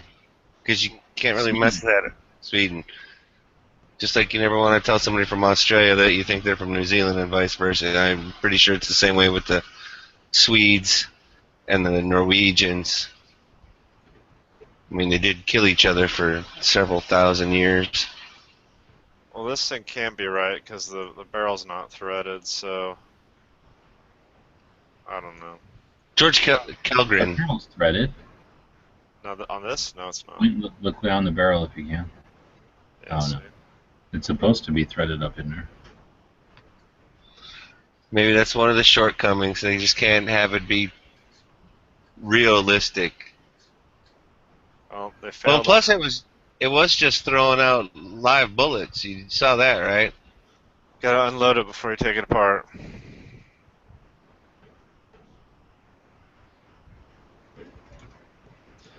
Yeah, I don't know. I mean, I have to get into weapons that I know better before I can tell you how realistic this game is. But so far, it's fun as shit. I like it. I mean, I might be interested in loading this on my computer just so I can learn more about all sorts of guns that I don't know shit about. You should get Foos to give you the. He had some kind of code. Next time, remind me and I'll get it from him and show you how to enter it. But it unlocked. It made it a lot easier. Otherwise, you got to start from nothing. But anyway, if you guys download it, hit me up and I'll help you with it. Right on. Man, that firing pin almost looks like the same out of my AR. Kind of. Sorta. I mean, it also looks like a double-headed 10-penny nail too, but that's beside the point.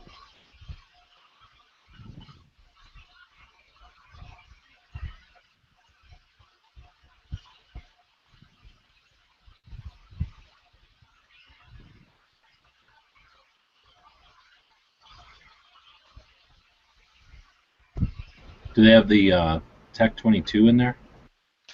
Not that I saw yet, but honestly, I don't know. It also seems, I mean, they can fix this shit too. They can go in and fucking add Well, more. you say they're adding new ones every day, so they'll probably just add them as they get enough requests for them. I don't know about every week or every month or something like that. I'm not sure about every day. So they can keep you coming back. Cause all of a sudden you hustle up and, you know, how many times do you want to Forrest Gump it? Well, I mean, imagine if your takedown manual for your the firearm you bought was a CD and it was like this. That'd be fantastic. I mean, honestly, that would be that'd be really. I mean, you would never have to worry about putting your shit together wrong because you could do it you could do it like this and make sure you're doing it right. Well, let's be realistic though. Just because you're doing it on the screen doesn't mean that everybody every time is going to do it that way when it comes to be putting it together. Let's be real. Oh no, I've You know what I mean. I've taken a few things apart on this game that I actually have taken apart or I own, and it makes you do it in an order that I wouldn't necessarily do it. Oops. And I'm like, that's not how I would do that shit. What the fuck? Just think that buffer's tiny. There's two of them. I still think it's tiny, but then again, I guess it's a 9mm, so that doesn't really matter then, so to speak.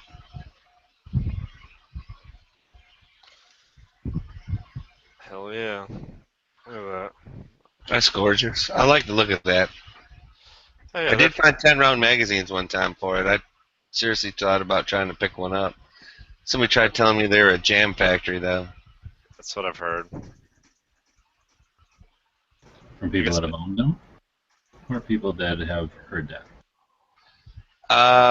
It's a fucking Swiss machine gun that they brought over here and made. I mean, Swedish, whatever. Actually, those Confused Well, with each other, then they I shouldn't never- be out in Europe with a similar name with each other. I those hear things you. actually had plastic frames, and their bolt springs were extremely heavy. They're like it was. I mean, it was kind of you had to put muscle behind them to pull those things back. Well, and to be honest, the thing that I thought I saw the most of any type of jamming was just somebody limp wristing that motherfucker. I got So, I got he it. got dick.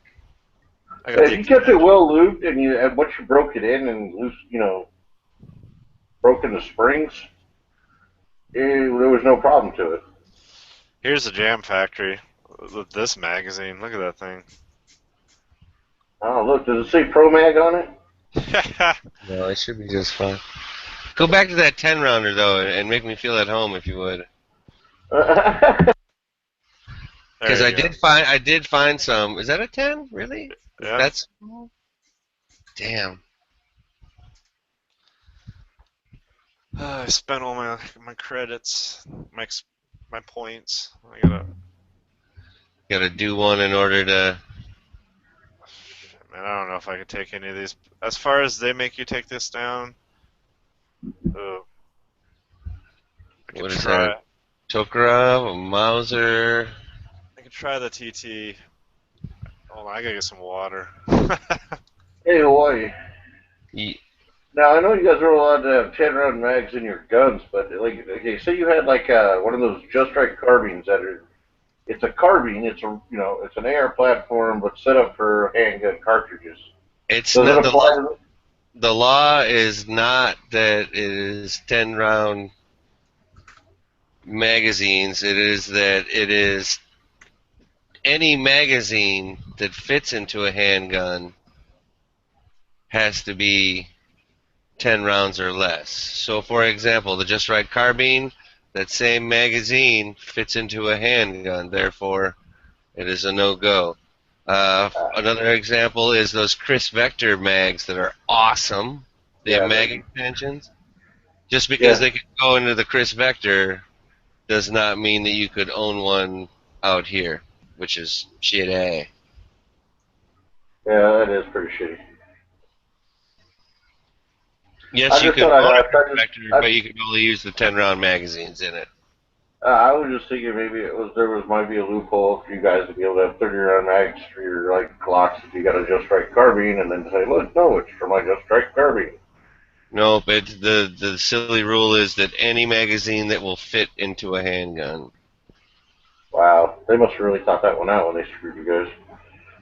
Well, and then the other thing is, we'd almost get burned on the AR and AK mags being 30 rounders because of the AR and AK pistols. However, it's already in our gun law specifically mentioned about assault pistols, and it goes into the nomenclature of the things that the reasons, not necessarily the reasons you can't have them, but what defines it.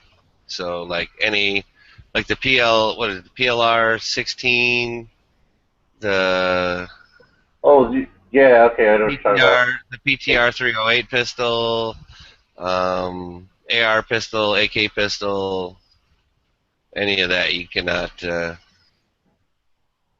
It's a no-go. Alright, here we go. We're getting to the territory now that I'd never taken mine apart this far before, so.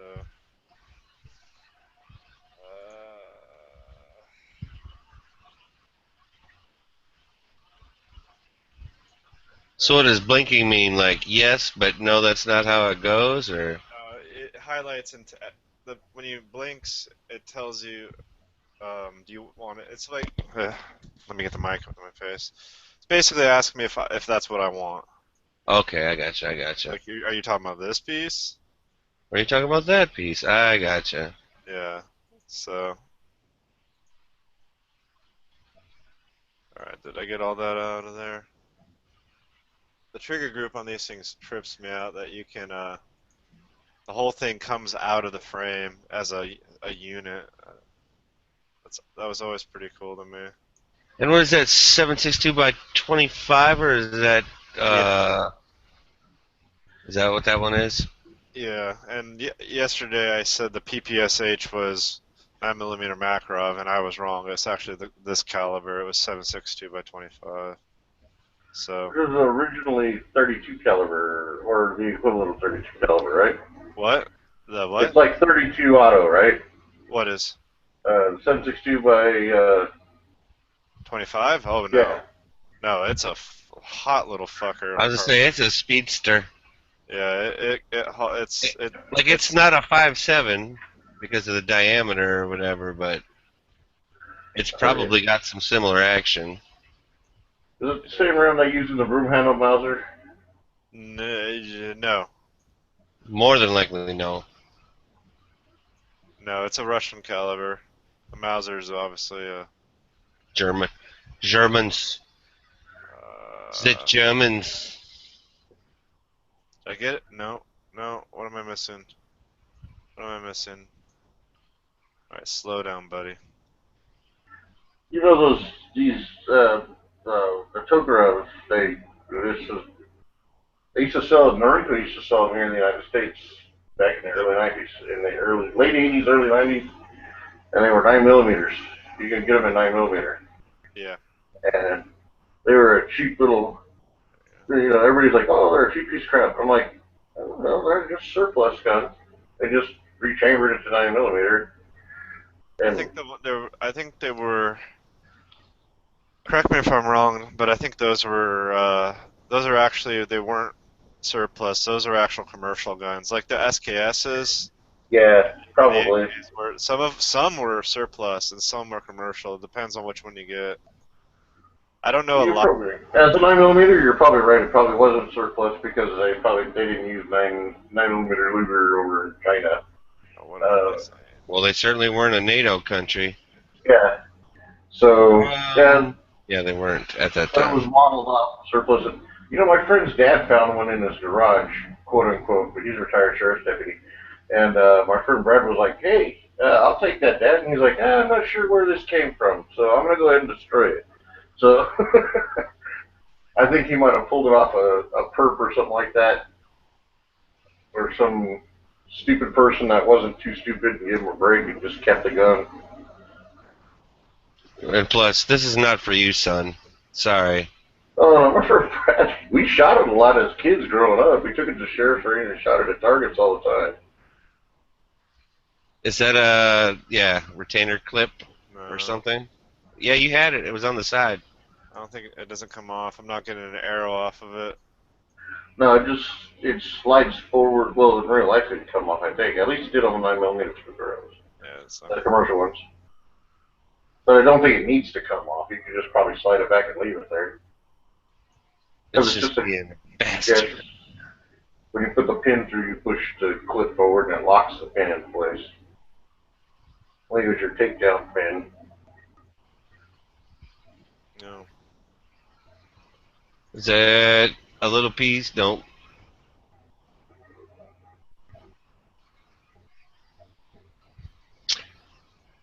No, that's out of there. Damn it. Speaking of old guns, Oh, Don't use the hint. I know I lost. Oh, why'd you lose? You mean Or didn't. What the fuck? you chose not to use the hint? Yeah.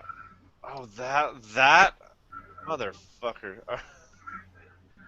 Nice. No, I lost. So was that the Sears spring or something, or what? I don't know what that is. This is far. I've never taken mine that far down. Trigger spring? I'm just. It's certainly not the. How many parts does the Glock have? 20 something? Yeah, but this thing is like this is farther than a normal person would ever take theirs down. You know what I mean? This is. Truly. Truly. unless something broke and you had to fix it. Skynet ain't gonna take this long to master all of these firearms. Yeah, well, So now, why is it that you lost? What happened? I had to use a hint Oh, okay. because I did see that little spring.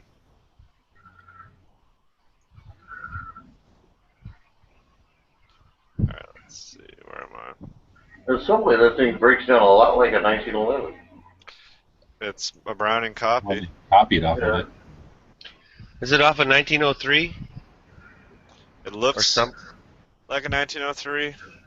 More than a 1911 to me, but Yeah. I don't know the history. Well, All I know 1903 is- had an internal hammer, though.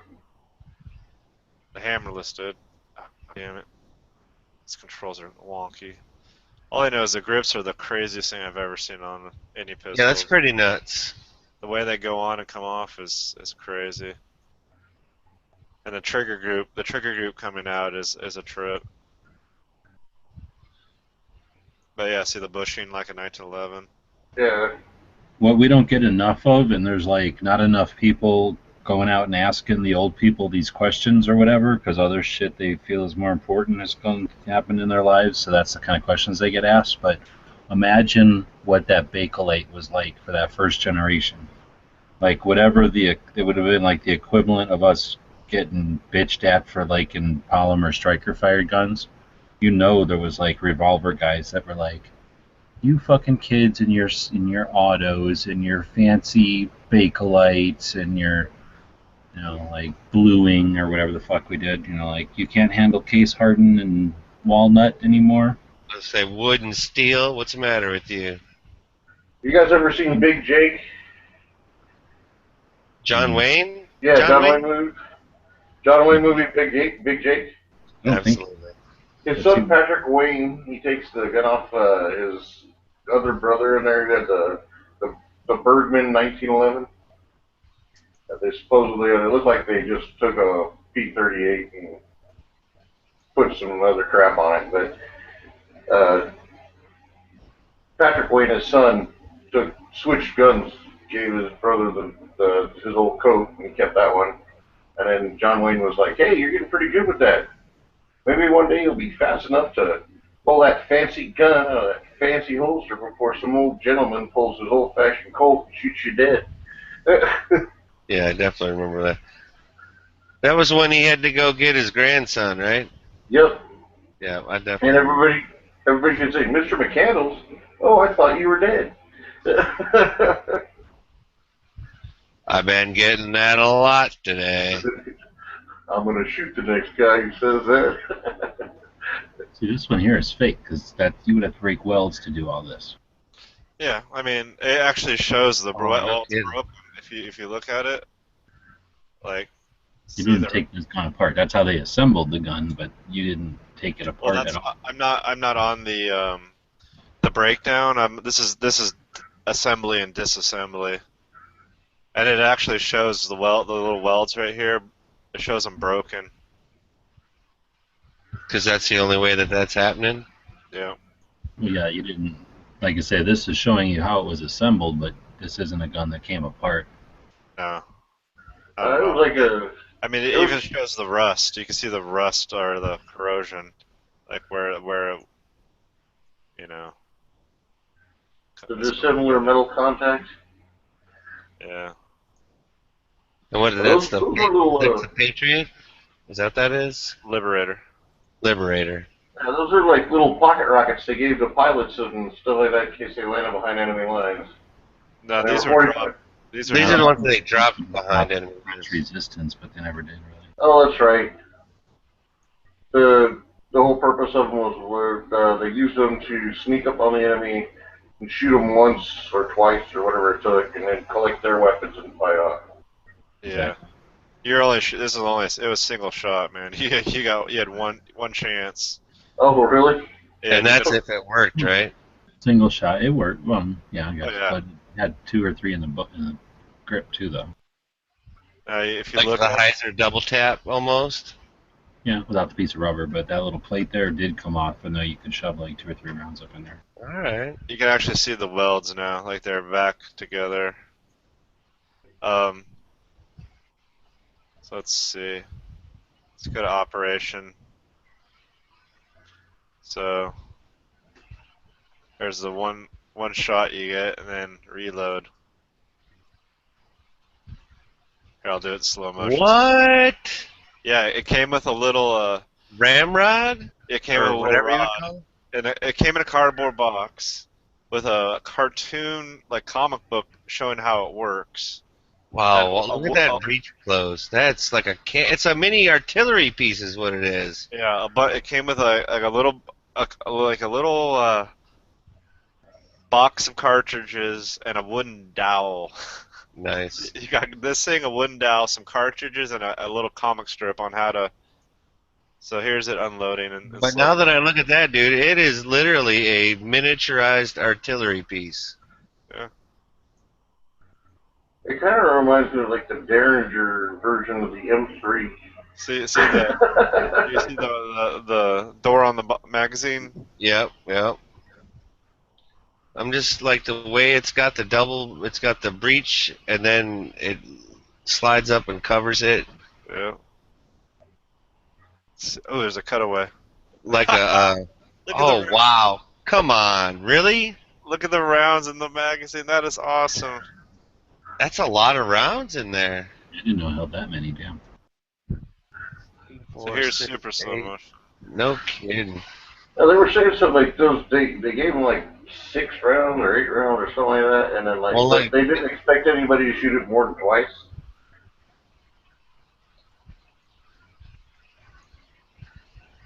Here comes a wooden dowel or a stick.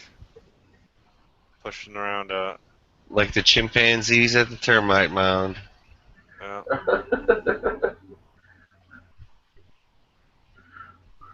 Well, what tripped me out about this is I never knew this, but I learned this from this game. There's a longer barrel version. Really?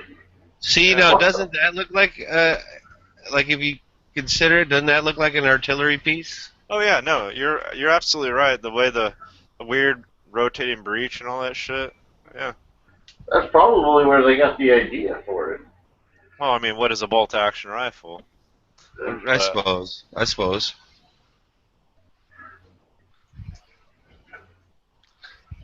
How many? Yeah, I don't know. I don't know if I need to play this game as much as I just like watching you play it. It's like a learning example and all that. Nice.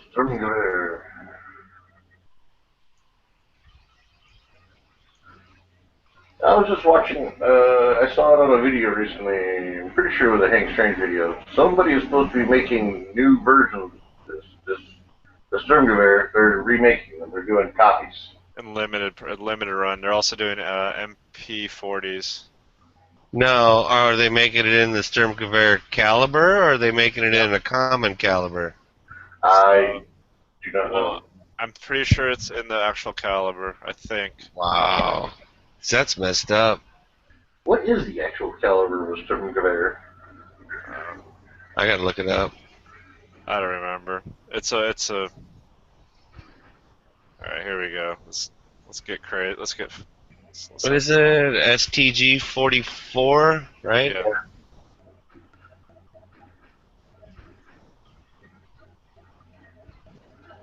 I love this part. Check this out. So hold on, let me get it. Oh, that is the wrong button. Here you go.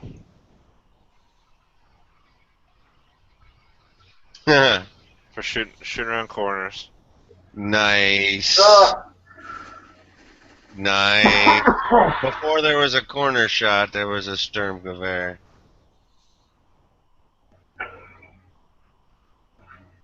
German technology.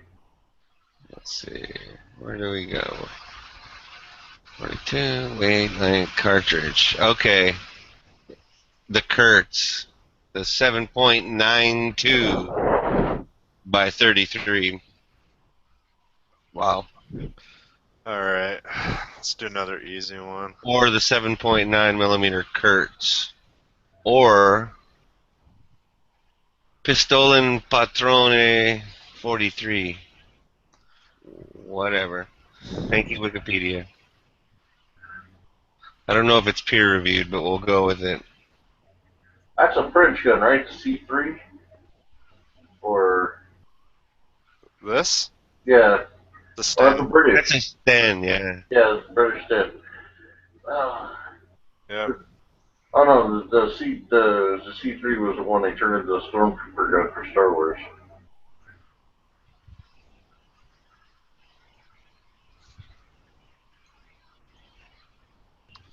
See if I can- Brits. I always thought that was a pretty cool little gun. Yeah, they had problems. Oh, I'm sure they did, but It would. You could have a. I've heard a lot of things about runaway gun. What's Sterling too? I don't know what it is about British submachine guns, but they'd have problems with runaway gun. you pull the trigger, just empty the mag. Well, you pull a trigger and you let go of the trigger to stop shooting. It's still firing. It's still going. Well, you know, like U.S. troops used to do something to M1 carbines to make them fully automatic, and they do the same thing. You pull the trigger, just empty the mag. The M2. Well, the M2 came full auto. Not the M2, the M1. It was before the M2 came out. Oh, crazy. Don't know why you'd want to do that. I mean, 15 round magazine, you'd get rid of all your ammo would be gone in a second. Oh, could you imagine doing it? It was like you were in Korea and you did to your gun, you had 30 round magazines. Yeah, but by then they had the full auto ones. Yeah. But I mean, can you imagine doing it with an M1 that wasn't full auto? Yeah, I know. Alright, maybe I can do this. No? Son of a beach. Yeah, right there. Did I get it? Nope.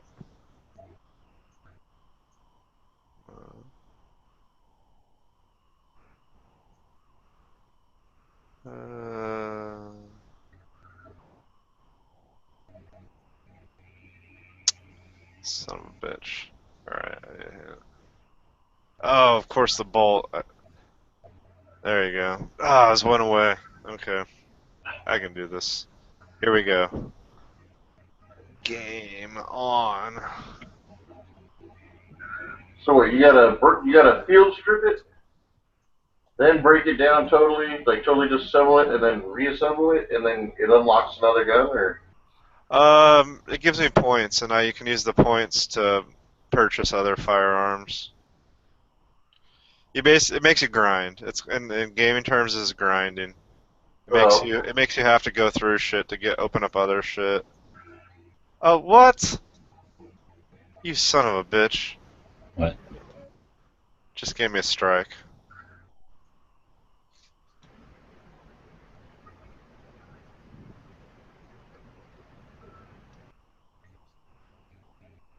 Alright.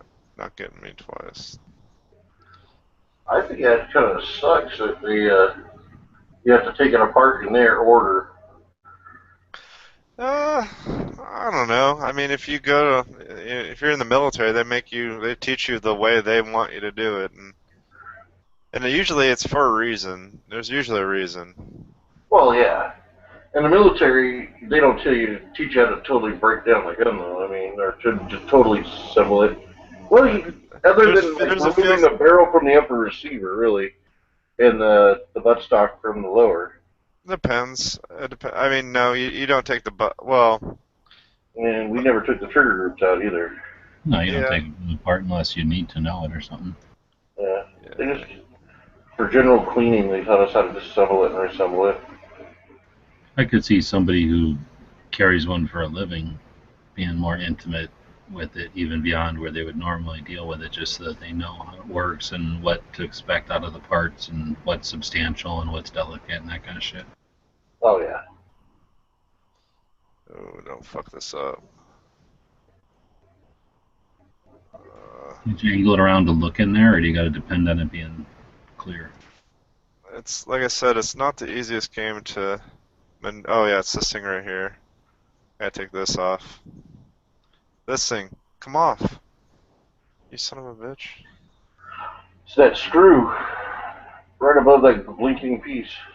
This screw's already out. There, the pin comes out. Then that comes out. Then this comes out.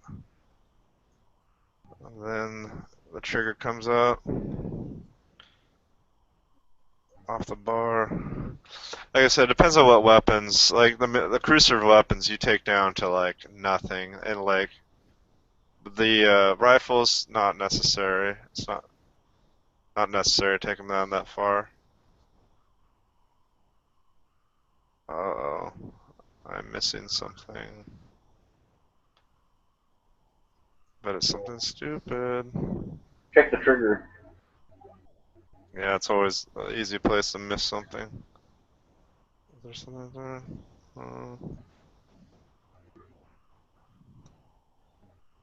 Got all that out. What about the bolt? Yeah, I got the Is bolt that rear apart. sight and everything all one piece? That rear Yeah. sight comes off? Yeah, it's part of the receiver. Motherfucker. Got that off. That off. Oh, there we go. Yeah, the housing. I got it. Yeah. Got the housing. Yeah, the front side comes off, but the rear side is permanent.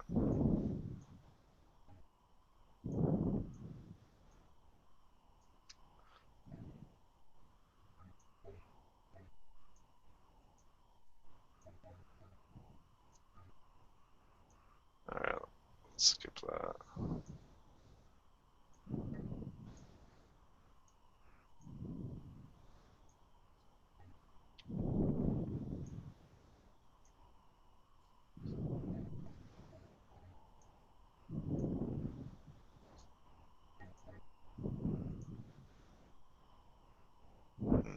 of this soon. Should probably put the trigger together before I. Let's see. Um,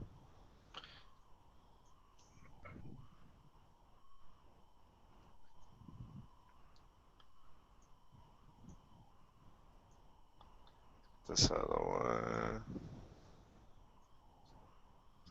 Let's get the magazine back together.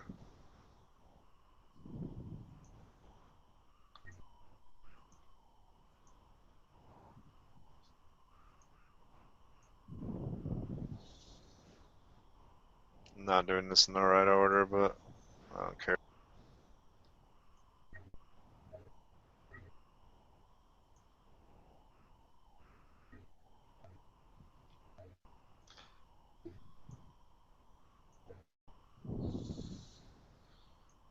Alright, here we go.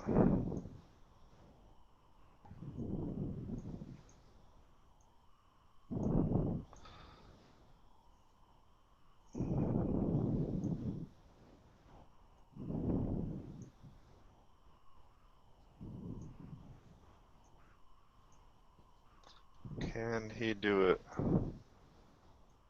Oh my god, I might be a World War II British soldier and this whole time I never knew. Nope. Get in there.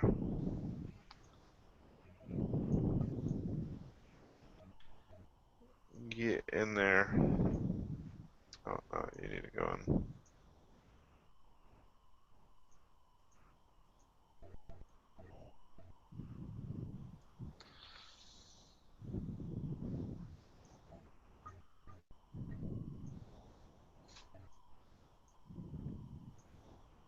Holy God. And forget all those games that kids play from memory. This is what I'd give kids.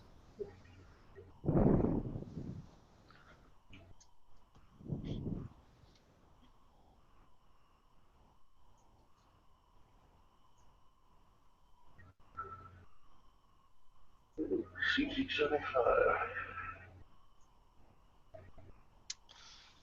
Yeah. There was an Egyptian Beretta clone back in the days. I can't remember the name of it, but it was a single stack. It was kind of like the original Beretta. Yeah.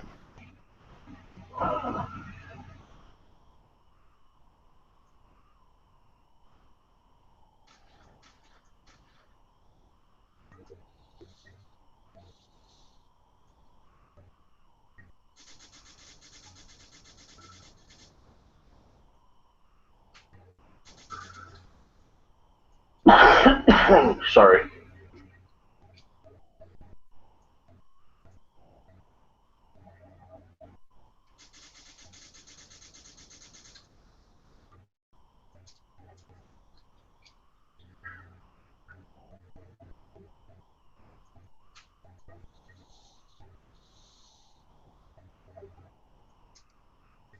Oh, Hawaii. Islander and Jigo both boned out. Oh, they did? Yeah, I didn't even see him go. Yeah, I'm feeling what time? Oh, geez, it's later than I thought it was. Will wants to know if there's a big mosquito in there. Like I said, I don't have everything unlocked yet, so Yeah. I'll get out of here.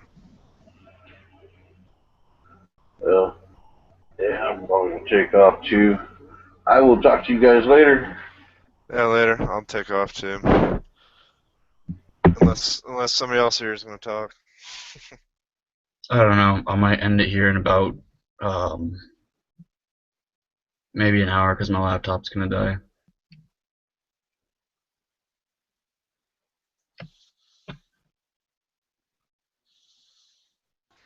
Yeah, I just downloaded that game off of that link you posted on of Steam. Yeah. So I'm gonna check it out. It looks like you have to do an AK-47 first thing, huh? Yeah, it's a tutorial. Somewhere online there's a code that'll give you all the World War II stuff. Otherwise, you gotta grind through this. So you said before they're still producing content for this game? Oh yeah. Alright. Well, they just now came out for PC. Like, here's what I got so far, and you only start with this right here. Like, it goes AK 1911, and then MP5.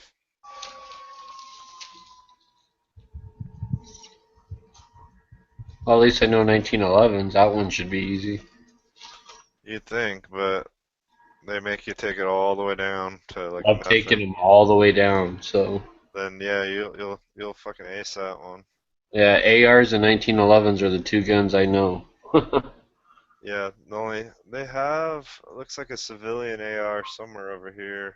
Yeah, this one right here. But then there's the M4s all the way over here. With the full auto sear in it, that's really the only difference is the full auto sear. Or burst. Or yeah, There's a fucking Keltec on here. Sig Mosquito, is that what they're looking for? yeah, that's what I'm looking for. I'm working on one right now, man, and I'm trying to find. I don't see a Sig Mosquito yet, but there's so much I haven't even touched. Dude, I pulled up a factory parts diagram for the Sig Mosquito. It shows it shows that there's two extra washers on my mainspring that weren't on the gun when I took it apart. And then I have like 4 extra washers that are on other pieces of the gun that it doesn't show in the parts diagram. I'm like, what the fuck? Did you buy it new? But yeah. Yeah, it's my girlfriend's gun. I was I'm just doing wondering that it wasn't some dude that took it apart and put it together wrong. Nope, it shows that it has 2 brass washers on the mainspring. This one only had 1. Then on the parts diagram it shows another mainspring washer, but it doesn't show where it goes at all. It just kind of just has it out there saying, "Oh look, here's another mainspring washer." And I'm like, "What the hell?" Am I like, this only has 1 washer on it. Like, how come it shows 3? I just can't understand it. And then it show on there another part of the gun on let's see, what would you call this piece? I guess the a sear pin. It has 2 extra washers on that it doesn't show in the diagram, and then on the hammer it has 2 extra washers on the hammer. It doesn't show anywhere in the diagrams.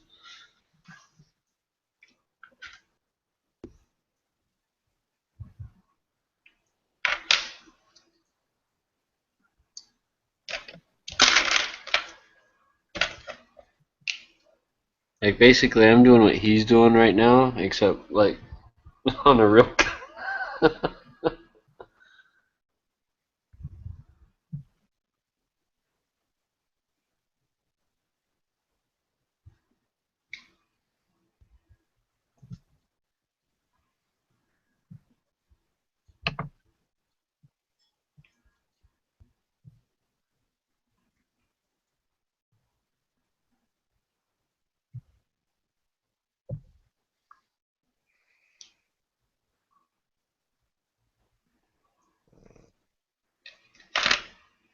Any of you guys ever polish a Zamak before?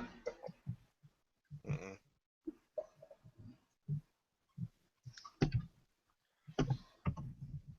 Uh,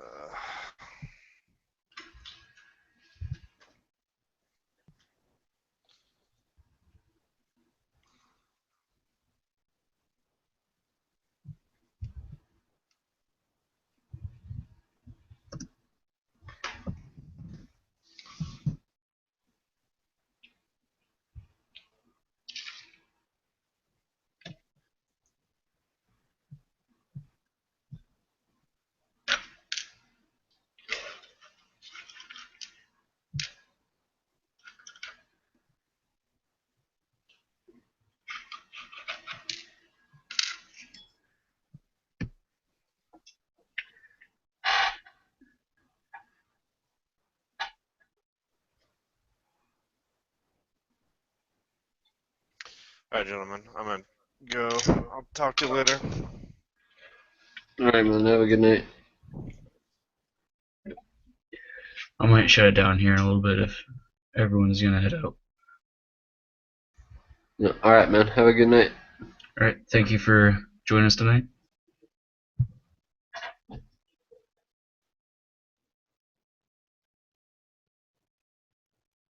All right, Wayne, if you're still there, I'm gonna shut it down right now.